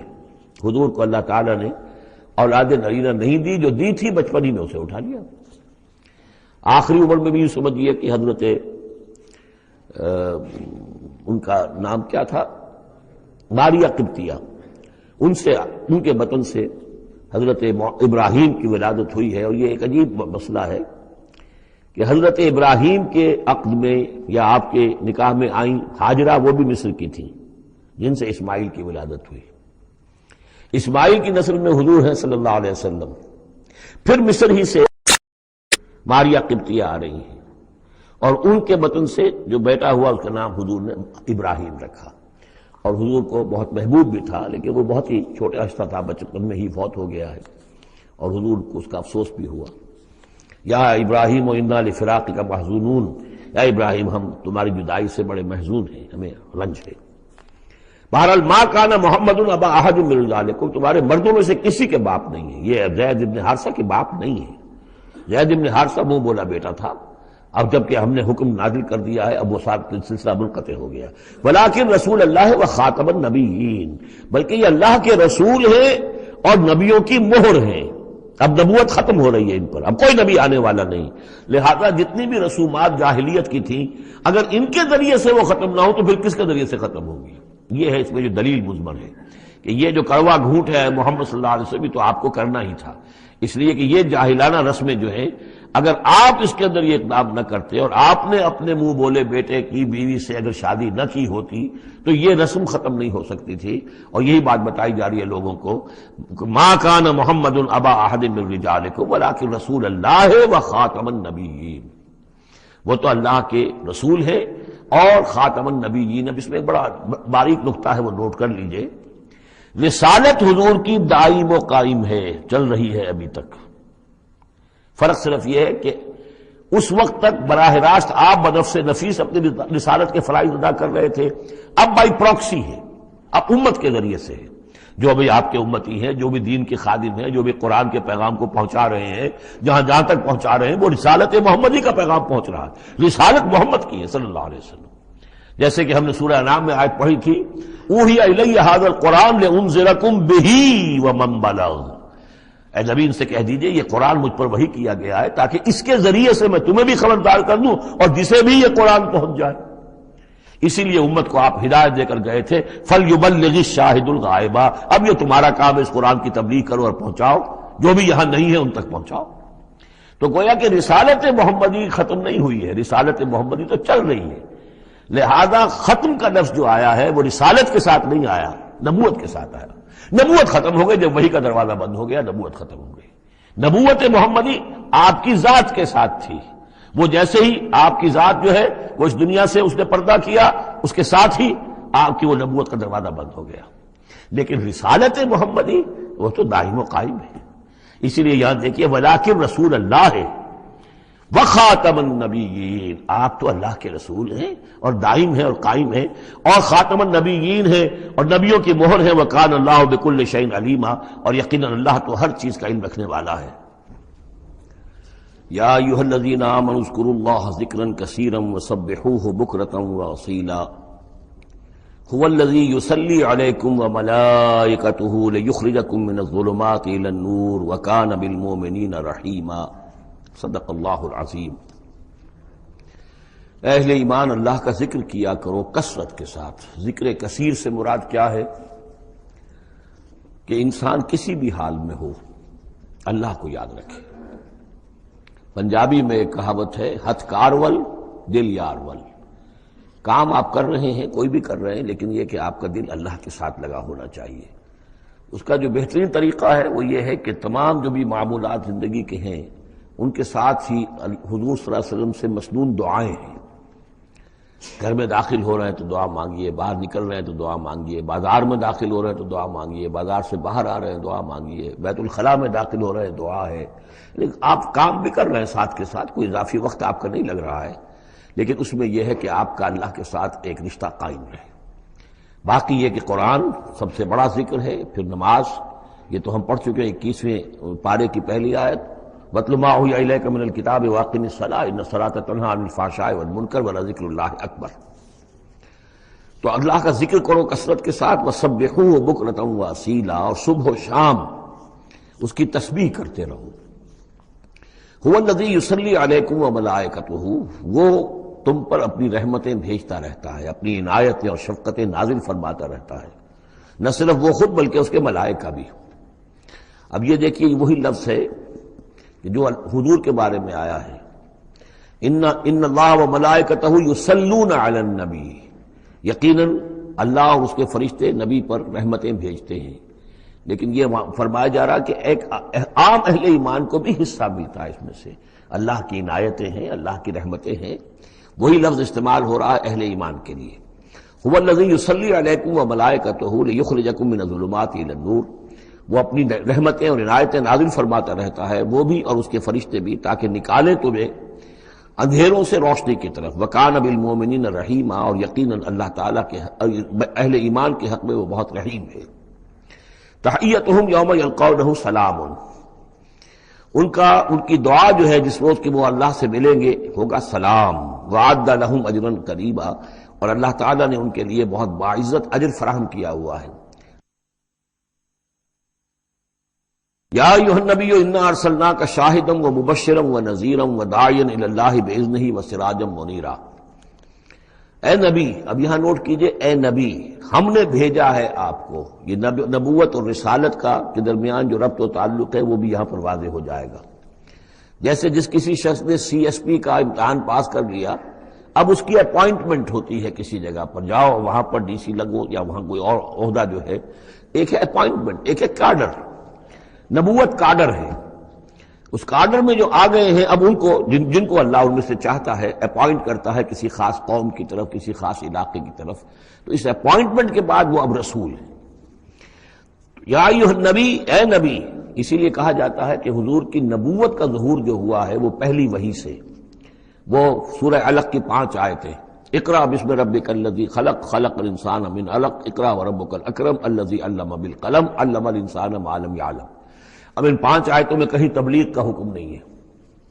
یہاں سے نبوت کا تو آغاز ہو گیا، لیکن یہ کہ رسالت کا آغاز ہوا ہے جب آپ کو تبلیغ کا حکم آیا. یا ایھا المدثر قم فانذر وربک فکبر. اب یہاں سے رسالت کا آغاز ہوا. تو نبوت اور رسالت کے اس فرق کو ذہن میں رکھیں. یا ایھا النبی، اے نبی، ہم نے بھیجا ہے آپ کو شاہداً گواہ بنا کر. اب اس پر ہم گفتگو کر چکے ہیں. لتکونوا شہداء علی الناس ویکون الرسول علیکم شہیدا، اور لیکون الرسول شہیدا علیکم وتکونوا شہداء علی الناس سورہ بقرہ میں آیت آئی اور سورہ حج میں آ چکی ہے. اور مبشر اور نذیر، بشارت دینے والے، خبردار کرنے والے، یہ تو بہت مرتبہ آ چکا ہے، جمع کے صیغے میں، واحد کے صیغے میں. وداعیا الی اللہ باذنہ، اللہ کی طرف بلانے والے اس کے حکم سے. یعنی ایک داعی اور بھی ہوتا ہے جو اللہ کا کوئی بندہ ہے، کوئی صوفیاء میں سے ہے، کوئی اللہ کا نیک آدمی، وہ بھی لوگوں کو بلا رہا ہے اللہ کے راستے کی طرف. لیکن نبی رسول کا کام یہ ہو جاتا ہے کہ وہ اس پر مامور ہے کہ وہ بلائے. اس میں زمین و آسمان کا فرق ہے کہ ایک ہے کہ حفظان صحت کے اصولوں پر تمام شہریوں کو جو ہے اس پہ خیال رکھنا چاہیے، عمل کرنا چاہیے، گلیوں میں گندگی نہ ہو، یہ نہ ہو، وہ نہ ہو. یہ تو گویا کہ اصول شہریت میں سے ہے. ایک محکمہ ہے جو قائم کیا گیا اسی کام کے لیے، وہ تو مامور ہیں، وہ تو تنخواہ اسی کی لیتے ہیں، لہذا وہ ہم وقت اسی کام کے اوپر لگے ہوئے ہیں. تو اسی طریقے سے دفاع وطن ہے. ویسے تو ہر شہری کا فرض ہے کہ اس کے لیے اپنے آپ کو ہر وقت تیار رکھے، لیکن ایک فوج آپ نے تیار کی ہوئی ہے جو اسی کام کے لیے. تو رسول تو گویا کہ وہ پھر داعی اللہ باذن ہی، اللہ کے حکم سے مامور من اللہ ہو کر پھر وہ جو ہے دعوت دیتا ہے. وسراجا منیرا، اور آپ کو ایک بہت روشن چراغ بنا دیا، چراغ ہدایت. وبشر المؤمنین بان لهم من اللہ فضل کبیرا، اور اہل ایمان کو آپ بشارت دے دیجئے کہ ان کے لیے اللہ کی طرف سے بہت بڑا فضل ہے. ولا تطع الکافرین والمنافقین ودع اذاهم، اور آپ ان کافروں اور منافقوں کی باتیں نہ مانیے، ان کی طرف دھیان بھی مت دیجیے. ودع اذاهم، اور وہ جو کچھ بھی اذیت آپ کو دینا چاہ رہے ہیں، تکلیف پہنچا رہے ہیں، کوفت پہنچا رہے ہیں، دفع کیجیے ان کی ایذاؤں کو. وتوکل علی اللہ، اللہ تعالیٰ پر توکل کیجیے. وکفی باللہ وکیلا، اللہ کافی ہے آپ کے لیے سہارا، اور آپ کی مدد کرنے کے لیے اللہ کافی ہے. یہ کچھ نہیں بگاڑ سکیں گے. جو چاہیں اسکینڈلز اٹھا لیں، جو چاہیں آپ کے خلاف سازشیں کر لیں، آپ کا بال بیکا نہیں کر سکیں گے. یا ایھا الذین آمنوا اذا نکحتم المؤمنات ثم طلقتموہن من قبل ان تمسوہن. اب ایک حکم یہاں پر طلاق کے ضمن میں بھی آ رہا ہے. پہلے آ چکا ہے کہ اگر نکاح ہو چکا ہے کسی سے اور کوئی مہر مقرر نہیں ہوا تھا، لیکن پھر بھی طلاق اگر دے دی ہے تو بہرحال اسے کچھ نہ کچھ مہر جو ہے وہ اس کو کچھ نہ کچھ دے دلا کے رخصت کرنا چاہیے. اور اگر ملاقات سے قبل نکاح دی ہے، مہر طلاق دے دی ہے، مہر مقرر ہو چکا تھا تو آدھا مہر دینا ہوگا. اب یہاں مسئلہ آ رہا عدت کا. یا ایھا الذین آمنوا، اہل ایمان، اذا نکحتم المؤمنات، جب تم مومن خواتین سے نکاح کرو، ثم طلقتموہن من قبل ان تمسوہن، پھر کوئی سبب ایسا ہو جائے کہ اس سے پہلے کہ تمہاری ان سے ملاقات ہو، تم انہیں چھو، انہیں تم طلاق دے دو. فما لکم علیہن من عدۃ تعتدونہا، تو پھر تمہارا کوئی حق نہیں ہے کہ وہ عورت جو ہے عدت کرے اور اس کو تم عدت پوری کرواؤ اس سے، اس لیے کہ تمہاری ملاقات ہی نہیں ہوئی، کوئی سوال ہی پیدا نہیں ہوتا کہ اس کے رحم میں کوئی بچہ جو ہے اللہ تعالیٰ نے اس کو تخلیق فرما دیا ہو. لہذا عدت تو اس لیے ہوتی ہے کہ یہ بات پوری طریقے سے واضح ہو جائے کہ اس معاملے میں سابق شوہر سے کسی کے اس کے وطن میں کوئی کسی کا حمل نہیں ہے. وَمَتِّعُوهُنَّ، تو انہیں کچھ دے دلا کر رخصت کرو. وَسَرِّحُوهُنَّ سَرَاحًا جَمِيلًا، اور اپنے ہاں سے رخصت کرنا ہو تو بڑی خوبصورتی کے ساتھ رخصت کرو. یا ایھا النبی انا احللنا لک ازواجک اللاتی آتیت اجورہن، اے نبی ہم نے آپ کے لیے حلال ٹھہرایا ہے آپ کی ان تمام ازواج مطہرات کو جنہیں آپ نے باقاعدہ مہر دیا ہے. وما ملکت یمینک، اسی طرح جو آپ کی ملک یمین ہے، بانیاں ہیں، لونڈیاں ہیں، مما افاء اللہ علیک، جو اللہ تعالیٰ نے آپ کو فے کے طور پر دے دی ہوں. جیسے آپ کو معلوم ہے کہ یہ ماریہ قبطیہ جو آئی تھی رضی اللہ تعالیٰ عنہ، یہ بھی جو مقوقس تھا مصر کا اس کا حکمران، اس نے ہدیے کے طور پر بھیجی تھی. وہ بنات امنے کا، وہ بنات اماتے کا، اسی طرح آپ کے لیے نکاح کرنا جائز ہے اپنی چچا کی بیٹیوں سے اور اپنی پھپھیوں کی بیٹیوں سے، وہ بنات خالے کا، اور اپنے ماموں کی بیٹیوں سے، وہ بنات خالات کا، اپنے خالاؤں کی بیٹیوں سے، اللاتی ہاجرن معک، جنہوں نے آپ کے ساتھ ہجرت کی ہے. وامرأۃ مومنۃ، اسی طرح ایک مومن عورت، وہ بھی آپ کے لیے حلال ہے کہ آپ اس سے نکاح کریں. ان وہبت نفسہا للنبی، اگر وہ ہبہ کر دیتی ہے اپنا نفس نبی کو، یعنی وہ مہر بھی نہیں مانگتی، وہ کہتی ہے کہ میں اپنے آپ کو ہبہ کر رہی ہوں. ان اراد النبی ان یستنکحھا، اگر نبی کا ارادہ ہو کہ وہ ان سے نکاح کرے. خالصۃ لک من دون المؤمنین، یہ جو ہے رعایت آپ کو دی گئی ہے تمام اہل ایمان سے علیحدہ رکھ کر، یعنی تمام اہل ایمان کے لیے زیادہ زیادہ 4 کی قید ہے، لیکن آپ کے لیے یہ سب جو آپ کے گھروں میں آباد ہیں یہ سب جائز ہیں، ان میں سے کسی کو بھی آپ طلاق نہیں دیں گے، اور 4 کی جو قید ہے وہ آپ پر نہیں ہے. قد علمنا ما فرضنا علیہم من ازواجہم، ہمیں خوب معلوم ہے کہ ہم نے عام مسلمانوں پر کیا کیا چیزیں ان کی بیویوں کے ضمن میں فرض کی ہیں، لازم کی ہیں، کہ ایک وقت میں 4 سے زیادہ کا نکاح نہیں ہو سکتا. وما ملکت ایمانہم، اسی طریقے سے جو ان کی لونڈیاں اور باندیاں ہیں ان کے بارے میں بھی ہم نے کیا کیا قواعد و ضوابط کا انہیں پابند کیا ہے. لکھی لا یکون علیک حرج، تاکہ آپ پر کوئی تنگی نہ ہو. وکان اللہ غفور الرحیم، اللہ غفور الرحیم ہے. اصل میں حضور کا جو تعدد ازدواج کا معاملہ، اس میں کئی مصلحتیں تھیں. ایک مسئلہ تو یہ بھی تھی، مثلا یہ کہ حضرت عائشہ صدیقہ رضی اللہ تعالیٰ عنہ سے نکاح کی تو مسئلہ سب سے بڑی یہ سامنے آتی ہے کہ وہ بیوہ ہو گئی ہیں جبکہ ابھی جوان تھی، وہ 18 برس کی عمر تھی جبکہ بیوہ ہو گئی ہیں، لیکن انہیں پھر طویل وقت ملا ہے، وہ معلمہ امت بن گئی ہیں. خواتین کے لیے تو وہی معلمہ ہے. جو بھی زر و شوق کے تعلقات ہوتے ہیں اس میں خواتین آ کر مسئلہ پوچھتی تھی تو ام المومنین صدیقہ رضی اللہ تعالیٰ انہیں بتاتی تھی. تو طویل امت، اس لیے کہ امت کے لیے تعلیم کا کوئی اور نظام تو نہیں تھا. اسی طرح عرب کا جو معاشرہ تھا، قبائلی معاشرہ تھا، اس میں یہ ہوتا تھا کہ کوئی بڑی شخصیت جو ہے اس کے دوسرے جو قبائل ہیں ان کے سرداروں وغیرہ سے کوئی رشتہ داری اگر ہو جائے تو اس سے بھی ایک تقویت حاصل ہوتی تھی اس نظام کو. تو یہ مختلف اسباب سے حضور کے لیے خاص طور پر یہ رعایت جو ہے کی گئی ہے کہ جو عام مسلمانوں کے لیے نہیں ہے. وکان اللہ غفور الرحیم، یقینا اللہ غفور الرحیم ہے. ترجی من تشاء منہن وتؤوی الیہ من تشاء، اور پھر یہ بھی کہ آپ کر سکتے ہیں کہ ان میں سے جس کو چاہیں ذرا اپنے سے دور کر دیں اور جس کو چاہیں اپنے قریب لے آئیں. یعنی وہ مساوات بھی حضور پر لازم نہیں تھی، اگرچہ حضور نے کی ہے لیکن وہ مساوات حضور پر لازم نہیں تھی، اس لیے کہ آپ کو یہ اجازت دی گئی تھی کہ اگر اپنی ازواج مطہرات میں سے کسی کو ذرا فاصلے پر کر دیں، ذرا اس سے اپنا وقت وغیرہ دینا کم کر دیں تو کوئی حرج نہیں تھا. آپ پر کوئی اس کی ملامت نہیں تھی اللہ کی طرف سے. کسی کو زیادہ آپ اپنے پاس رکھیں یا زیادہ اس کے پاس ٹھہرے تو اس میں بھی کوئی پابندی آپ پر نہیں تھی. صاف اجازت دی گئی ہے. ترجی من تشاء، جو دور ذرا کر دے اپنے سے جس کو چاہے. وتؤوی الیک من تشاء، اور جس کو چاہے اپنے پاس قریب کر لو. ومن ابتغیت ممن عزلت، اور جسے آپ نے کہیں ذرا سا اپنے سے پرے کر دیا ہو اگر انہیں دوبارہ قریب اپنے لانا چاہو فلا جناح علیک، تو اس میں بھی آپ پر کوئی حرج نہیں ہے. ذالک ادنی ان تقر اعینہن، یہ زیادہ قریب تر ہے اس سے کہ ان کی آنکھیں بھی ٹھنڈی رہیں، ولا یحزن، اور وہ رنجیدہ نہ ہوں. یعنی ایسا نہ ہو کہ کسی اپنی زوجہ محترمہ سے آپ ذرا زیادہ دیر کے لیے جو ہے وہ دور رہیں، ایسا بھی نہیں ہونا چاہیے. ان کی بھی آنکھوں کی ٹھنڈک رہنی چاہیے. وَيَرْضَيْنَ بِمَا آتَيْتَهُنَّ كُلَّهُنَّ، اور تاکہ وہ سب کی سب راضی رہیں ان چیزوں سے جو آپ انہیں دیتے ہیں. حضور کا معاملہ یہ تھا کہ آپ نے کامل مساوات برتی ہے، ناپ تول کے ساتھ، نان نفقہ سب کا برابر، وقت اپنا سب کے ساتھ برابر. باریاں مقرر ہیں اور باریوں پہ ہی آپ سب شباشی فرماتے تھے، آج ان کے پاس ہے، کل ان کے پاس ہے، پرسوں ان کے پاس ہے. ایک وقت آپ نے رکھا تھا جب مدینے میں آپ ہوتے تھے تو عصر اور مغرب کے درمیان چند منٹ کے لیے، 5-5 7-7 منٹ کے لیے آپ سب کے ہاں ہو آتے تھے تاکہ سب سے اس روز کی ملاقات ہو جائے. باقی یہ ہے کہ شام کو شب باشی، ظاہر بات ہے رات کو ایک کے ہاں ہوتی تھی. اور ہر چیز کے اندر جو ہے حضور نے صلی اللہ علیہ وسلم پوری مساوات کی ہے. اور اس پر بھی آپ کہتے تھے اللہم ھذا قسمی فیما املک، اے اللہ جو چیزیں میرے اختیار میں ہیں، جن میں ناپ تول ہو سکتا ہے اس میں تو میں نے برابر کی تقسیم کر دی ہے. فلا تلمنی فیما تملک ولا املک، تو اللہ مجھے اس پر ملامت نہ ہو کہ جو میرے اختیار میں نہیں بلکہ تیرے اختیار میں، یعنی میرا دلی رجحان اگر ان میں سے کسی ایک طرف زیادہ ہے تو ظاہر بات ہے انسان کو اس کے اوپر اختیار نہیں ہے، اور یہ سورہ نساء میں آ بھی چکا ہے کہ یہ معاملہ تو تم چاہو بھی تو اس میں تمہارے لیے ممکن ہی نہیں ہے کہ اس قلبی رجحان کو بھی برابر تقسیم کر سکو، یہ تمہارے اختیار میں نہیں ہے، تو ظاہر بات ہے اس کے اوپر اللہ تعالیٰ کی طرف سے بات کچھ بھی نہیں ہے۔ واللہ یعلم ما فی قلوبکم، اللہ جانتا ہے جو کچھ کہ تمہارے دلوں میں ہے، وقال اللہ علیما حکیما، اللہ علیم اور حکیم ہے۔ لا یحل لک النساء من بعد، لیکن اب اس کے بعد جتنے بھی نکاح آپ کر چکے ہیں اب آپ کے لیے کوئی اور نکاح کرنا جائز نہیں ہے۔ یہ صورتحال بس اب فل سٹاپ لگ گیا ہے، اب نہ تو ان میں سے کسی کو آپ طلاق دیں گے اور نہ ہی مزید کوئی شادی کریں گے۔ ولا ان تتبدل بهن من ازواج، اور نہ یہ کہ آپ ان میں سے کسی کی جگہ کسی اور کو لائیں گے۔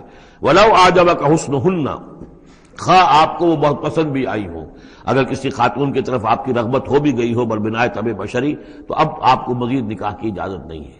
دیکھیے قرآن مجید صاف صاف بات کرتا ہے، خود حضور نے صاف بات کی ہے، مجھے تمہاری اس دنیا سے دو ہی چیزیں پسند ہیں یا شاید تین چیزیں پسند ہیں، ایک تو یہ کہ خوشبو پسند ہے، ایک عورتیں مجھے پسند ہیں۔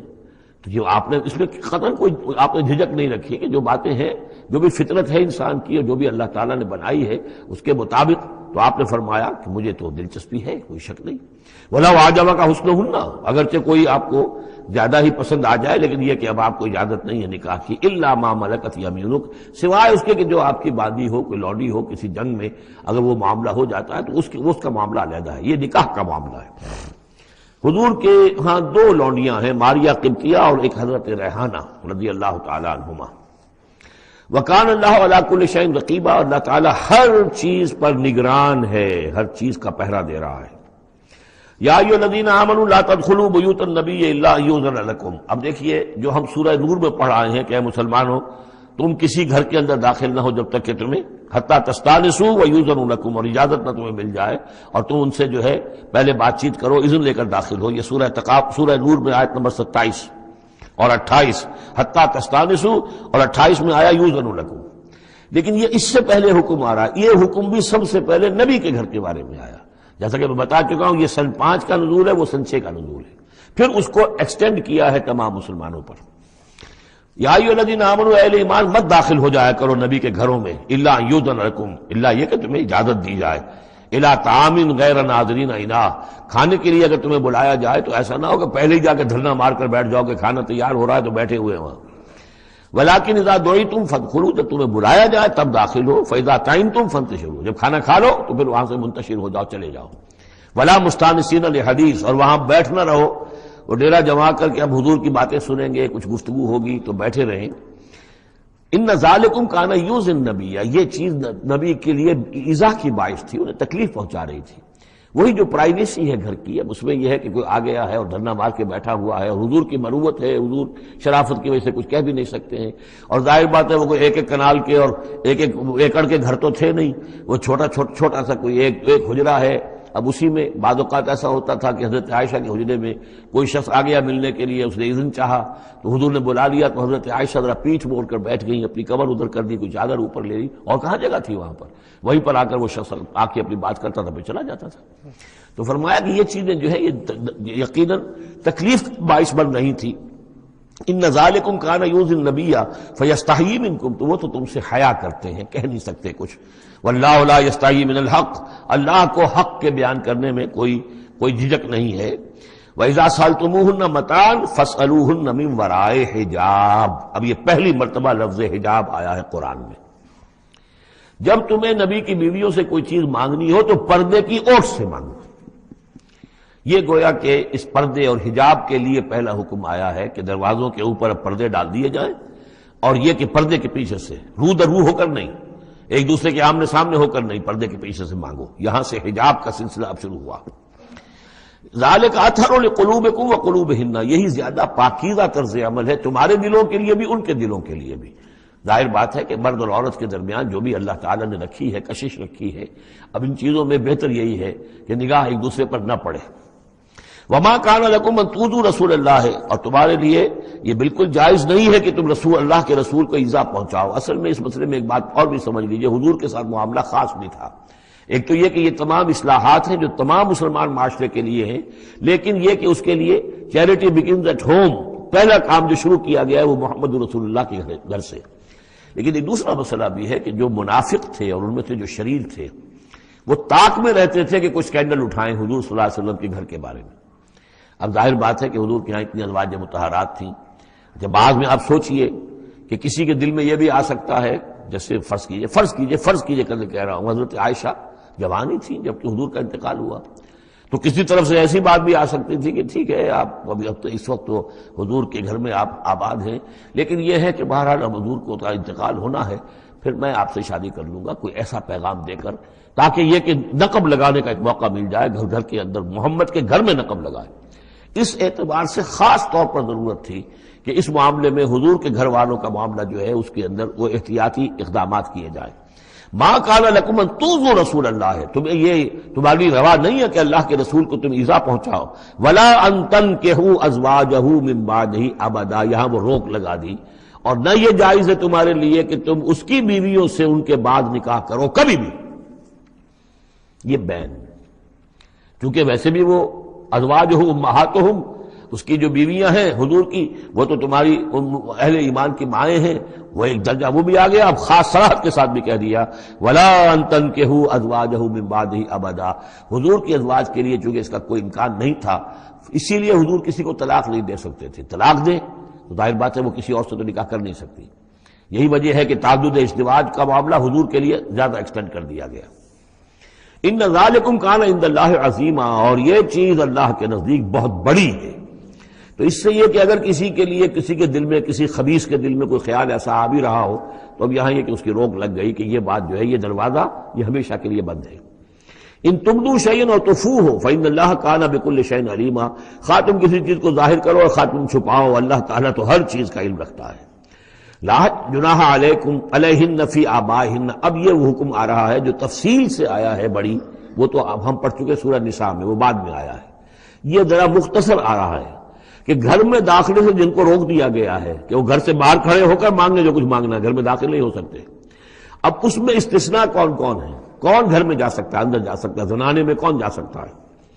لا جناح علیہن، کوئی حرج نہیں ہے نبی کی بیویوں پر، فی آبائہن، ان کے باپوں کے بارے میں۔ حضرت عمر آئے حضرت حفصہ کے گھر میں کوئی رکاوٹ نہیں، حضرت ابو بکر آئے حضرت عائشہ کے گھر میں کوئی رکاوٹ نہیں۔ ولا ابنائہن، نہ ان کے بیٹوں کے بارے میں، ولا اخوانہن، نہ ان کے بھائیوں کے بارے میں، ولا ابناء اخوانہن، نہ ان کے بھائیوں کے بیٹے یعنی بھتیجوں کا، ولا ابناء اخواتہن، اور نہ ان کی بہنوں کے بیٹے یعنی بھانجوں کا، ولا نسائہن، اور نہ ہی ان کی اپنی جان پہچان والی عورتوں کا، ولا ما ملکت ایمانکم، اور جو غلام یا جو لونیاں ہیں، اور اکثر و بیشتر اہل سنت کے نزدیک یہاں سے لونیاں مراد ہیں، ان کے بارے میں ٹھیک ہے وہ گھر میں داخل ہوں۔ گویا کہ یہ جو تفصیلی آیت آئی ہے سورہ نساء میں، اس کا یہ نیوکلیس جو ہے جو شروع میں، وہ یہ ہے جو سورہ احزاب کے اندر، یہ مختصر ہے، مزید اس میں پوری فہرست کر کے اس کو مکمل کر دیا کہ یہ ہے محرم، اور جو محرم ہے وہ محرمات ابدیہ ہیں، ان سے کبھی بھی کسی بھی حالت میں نکاح ہو ہی نہیں سکتا اس عورت کا۔ باقی یہ ہے جتنے بھی مرد ہیں وہ نامحرم ہیں، وہ باہر رہیں گے، کوئی چیز مانگنی ہے پردے کے اوٹ سے مانگیں گے، یہ ان کا معاملہ رہے گا، اور گھر میں داخل ہوں گے اگر تو عورت پردہ کرے گی، جیسے کہ حضرت عائشہ کا میں نے آپ کو طریقہ بتایا، یا اگر کہیں دو کمرے ہیں تو عورت کسی اور کمرے میں جائے گی اور وہ جو ہے وہ کسی اور کمرے میں آئیں گے۔ یہ طریقہ ہے اسلامی معاشرت کا، مسلمانوں کی طرز رہائش کا۔ واتقین اللہ، اور اے نبی کی بیویوں ڈرتی رہو اللہ سے، ان اللہ کان علی کل شیء شہیدا، یقیناً اللہ تعالیٰ ہر چیز پر گواہ ہے۔ ان اللہ وملائکتہ یصلون علی النبی، اب یہ خاص طور پر لفظ وہی ہے، یصلی علیکم وملائکتہ، یہاں سے ترتیب بدل گئی ہے۔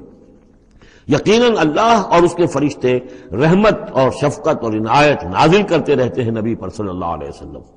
یا ایھا الذین آمنوا صلوا علیہ وسلموا تسلیما، اے ایمان کے دعوے دارو، اے ایمان لانے والو، تم بھی ان پر رحمت بھیجتے رہا کرو، اور تم بھی اللہ تعالیٰ سے دعا کرتے رہا کرو کہ اللہ ان کے اوپر اور درود بھیجے اور رحمت بھیجے۔ وسلموا تسلیما، انہیں سلام کیا کرو، ان کو سلام بھیجا کرو۔ ان الذین یؤذون اللہ ورسولہ، یقیناً وہ لوگ کہ جو ایذا پہنچاتے ہیں اللہ کو اور اس کے رسول کو، لعنہم اللہ فی الدنیا، اب یہ منافقین کا تذکرہ ہو رہا ہے اس سورہ مبارکہ میں، جیسا کہ مدنی صورتوں میں اکثر و بیشتر ہے۔ ان الذین یؤذون اللہ ورسولہ، بے شک وہ لوگ کہ جو ایذا پہنچاتے ہیں اللہ اس کے رسول کو، لعنہم اللہ فی الدنیا والآخرہ، تو تو لعنت، اللہ نے ان پر لعنت کر دی ہے دنیا اور آخرت دونوں میں. وَأَعَدَّ لَهُمْ عَذَابًا مُهِينًا، اور ان کے لیے ایک بڑا اہانت آمیز عذاب تیار کر رکھا ہے. وَالَّذِينَ يُؤْذُونَ الْمُؤْمِنِينَ وَالْمُؤْمِنَاتِ بِغَيْرِ مَا اكْتَسَبُوا، اور وہ لوگ کہ جو ایذا پہنچاتے ہیں مسلمان مردوں کو اور مسلمان عورتوں کو بغیر اس کے کہ انہوں نے کوئی گناہ کا ارتکاب کیا ہو، یعنی الزام لگاتے ہیں، سکینڈلز ہیں، خامخواہ کی تہمتیں ہیں اور قذف ہو رہا ہے. فقد احتملوا بہتانا و اسما مبینا، تو انہوں نے تو اپنے اوپر جھوٹ کا اور بہت بڑے گناہ کا بوجھ لے لیا ہے.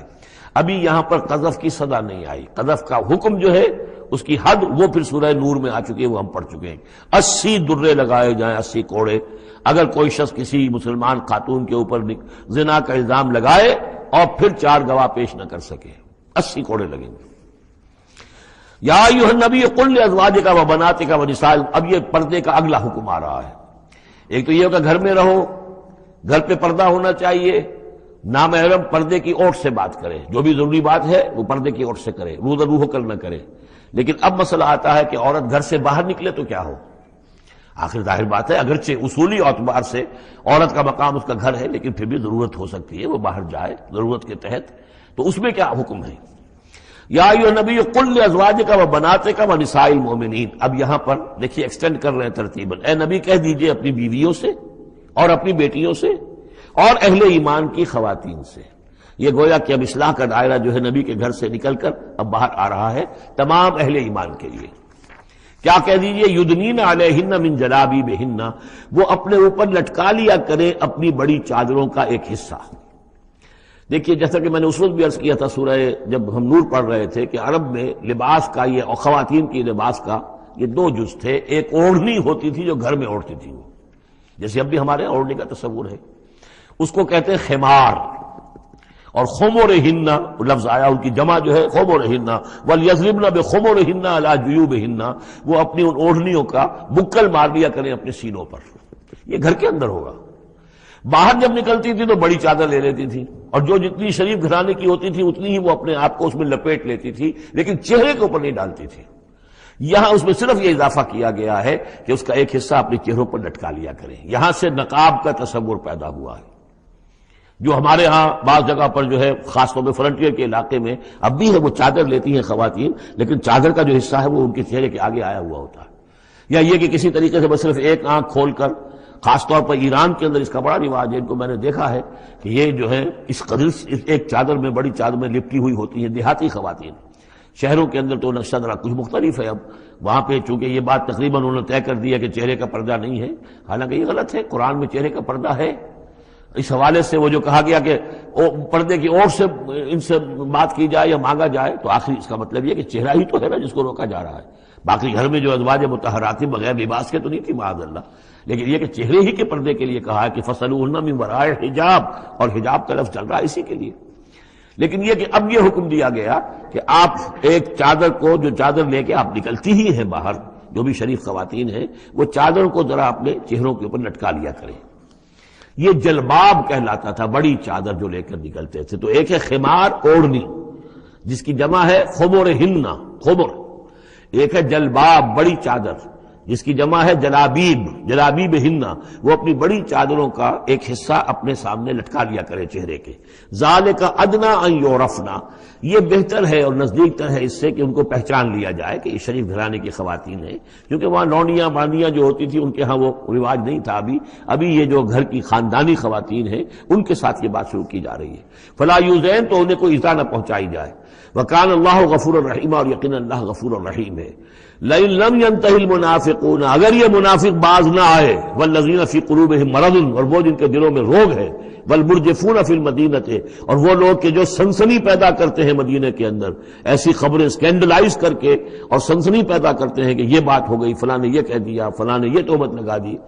لنغرینک، اگر یہ باز نہ آئے تو اے نبی پھر ہم آپ کو اکسا دیں گے، آپ کو اجازت دے دیں گے کہ آپ ان کے خلاف کوئی اقدام کریں. لنغرینک بہم، ہم ان کے اوپر حملہ کرنے کی اور ان کو سزا دینے کے لیے آپ کو کھلی چھوٹ دے دیں گے.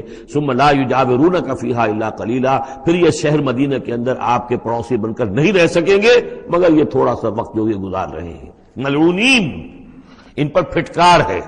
اینما ثقفوا اخذوا وقتلوا تقتیلا، جہاں بھی یہ پائے جائیں پکڑے جائیں اور قتل کیے جائیں، ٹکڑے کر دیے جائیں۔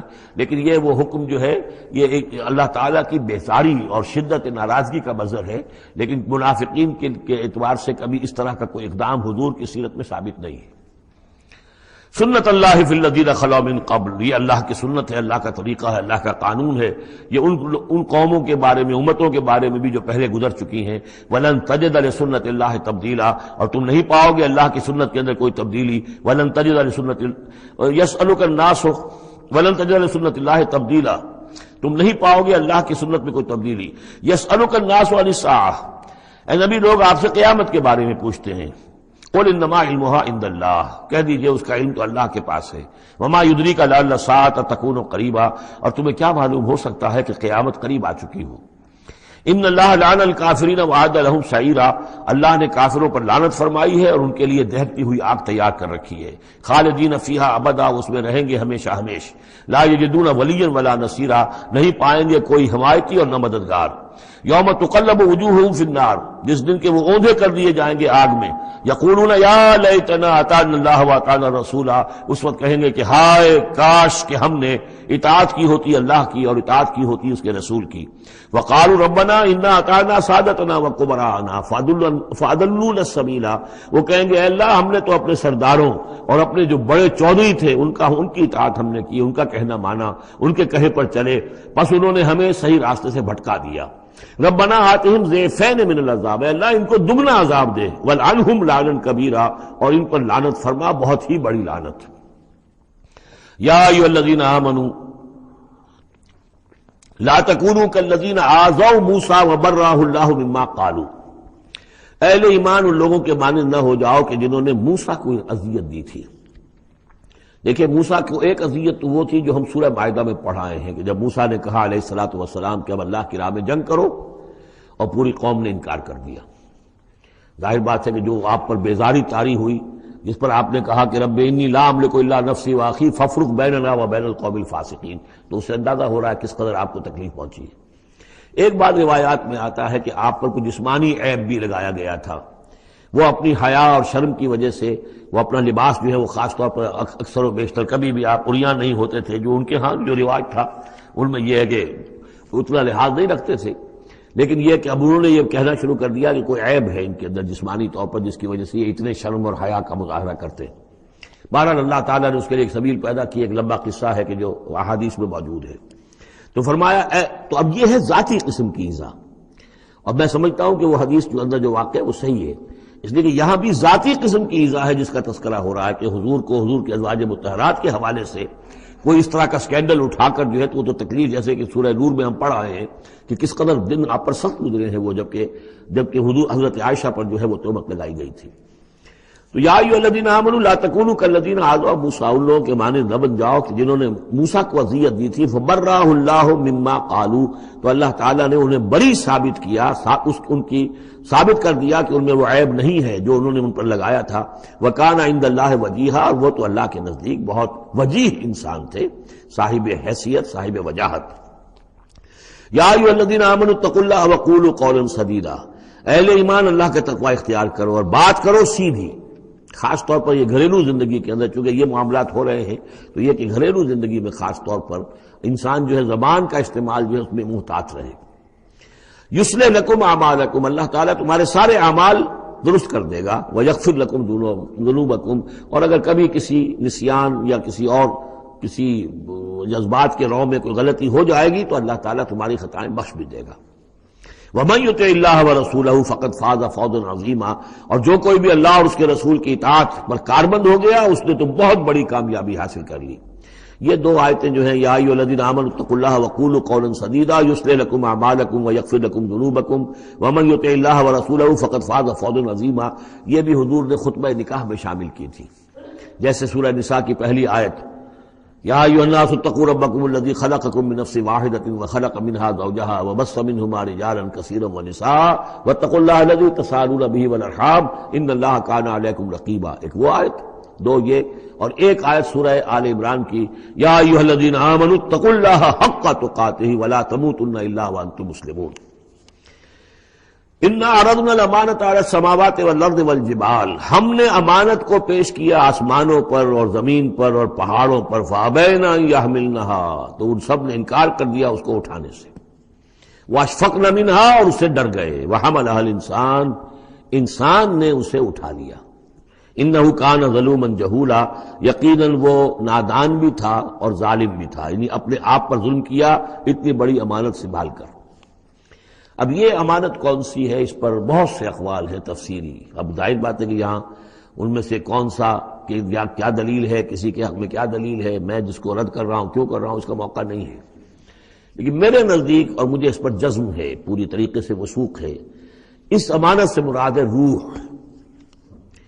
یہ عالم امر کی شے ہے، اور لا کر عالم خلق، یہ ہمارا وجود حیوانی جو ہے یہ عالم خلق کی شے ہے، عالم امر کی شے کو بطور امانت عالم خلق کے اس وجود کے اندر امانت کے طور پر رکھا گیا ہے، یہ اللہ کی امانت ہے۔ وَنَفَخْتُ فِيهِ مِن رُوحِي، اپنی روح میں سے پھونک دو تمہارے اندر، تو یہ ہے امانت، بہت عظیم امانت ہے۔ عالم امر میں آپ کو بتا چکا ہوں صرف فرشتے اور ارواح انسانیہ، یہ عالم امر کی چیز ہے، انہی کی جو کمیونیکیشن ہے وہی اس کو بھی امر کہا گیا ہے، عالم امر کی شے ہے۔ باقی جتنے بھی ہے یہ جنات ہوں یا جو بھی حیوانات ہیں، ہمارا بھی جو جسد حیوانی ہے وہ جو ہے عالم خلق کی شے ہے، اور یہی شے ہے اصل میں وہی جس کی بنا پر کہ انسان مسجود ملائک بنا ہے، یہ جو روح ہے اسی کی بنا پر مسجود ملائک ہے، اسی کے بنا پر خلافت ملی ہے، اسی کے بنا پر وحی کا یہ محبت بنا ہے کہ وحی اس کو آ سکتی ہے۔ جنات کے ہاں وحی نہیں ہے، ان میں روح نہیں ہے، وحی نہیں ہے، کوئی نبی جنات میں نہیں بھیجا گیا، بلکہ انسانوں ہی میں جو نبی آئے انہی کی پیروی جو ہے وہ جنات بھی کرتے رہے۔ اور یہ جو روح کے بھوکے جانے سے پہلے یہ کیفیت تھی، وہ تھا ظلوم اور جہول۔ یہ میں سمجھتا ہوں کہ انسان کا جو حیوانی وجود ہے جو میں نے کئی مرتبہ اس سے پہلے بیان کیا، اس میں تو کمزوری ہے۔ خلق الانسان من عجل، خلق الانسان ضعیفا، انسان جو ہے وہ تو اس کی فطرت، اس کی خلقت کے اندر جلدی عجلت پسندی بھی ہے، انسان کمزور پیدا کیا گیا ہے، یہاں ظلوم اور جہول کہا جا رہا ہے۔ اگر تو صرف حیوان انسان ہوتا اور اس میں روح خدا بندی نہ پھونکی گئی ہوتی تو ظلوم اور جہول تھا، لیکن روح خدا بندی پھونکے جانے کے بعد اب صورت وہ نہیں ہے، اسی لیے فرمایا گیا والتین والزیتون وطور سینین وہذا البلد الامین لقد خلقنا الانسان فی احسن تقویم ثم رددناہ اسفل سافلین۔ ہم نے پیدا کیا انسان کو تو سب سے پہلے پیدا کیا تھا ارواح کی شکل میں، وہ احسن تقویم بلند ترین رتبے کی شے، لیکن پھر اسے لوٹا دیا ہے نچلوں میں سب سے نیچے، یعنی جنات سے بھی نیچے چلا گیا انسان۔ کیوں چلا گیا؟ کہ اس کا یہ جسد حیوانی جو ہے ان سے کمتر ہے، اس میں یہ ڈال دی گئی روح۔ تو یہ ہے وہ امانت میرے نزدیک، واللہ عالم۔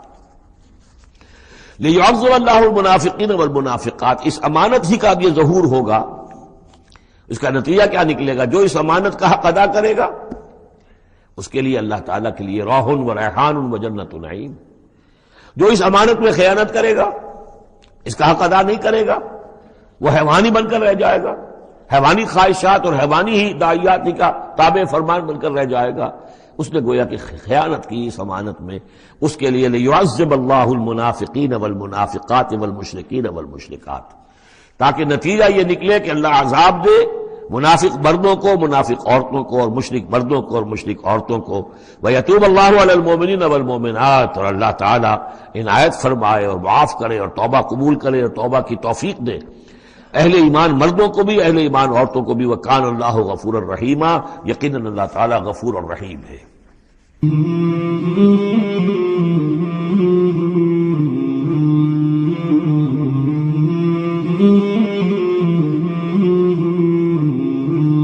مولاي صل وسلم دائما أبدا على حبيبك خير الخلق كلهم، مولاي صل وسلم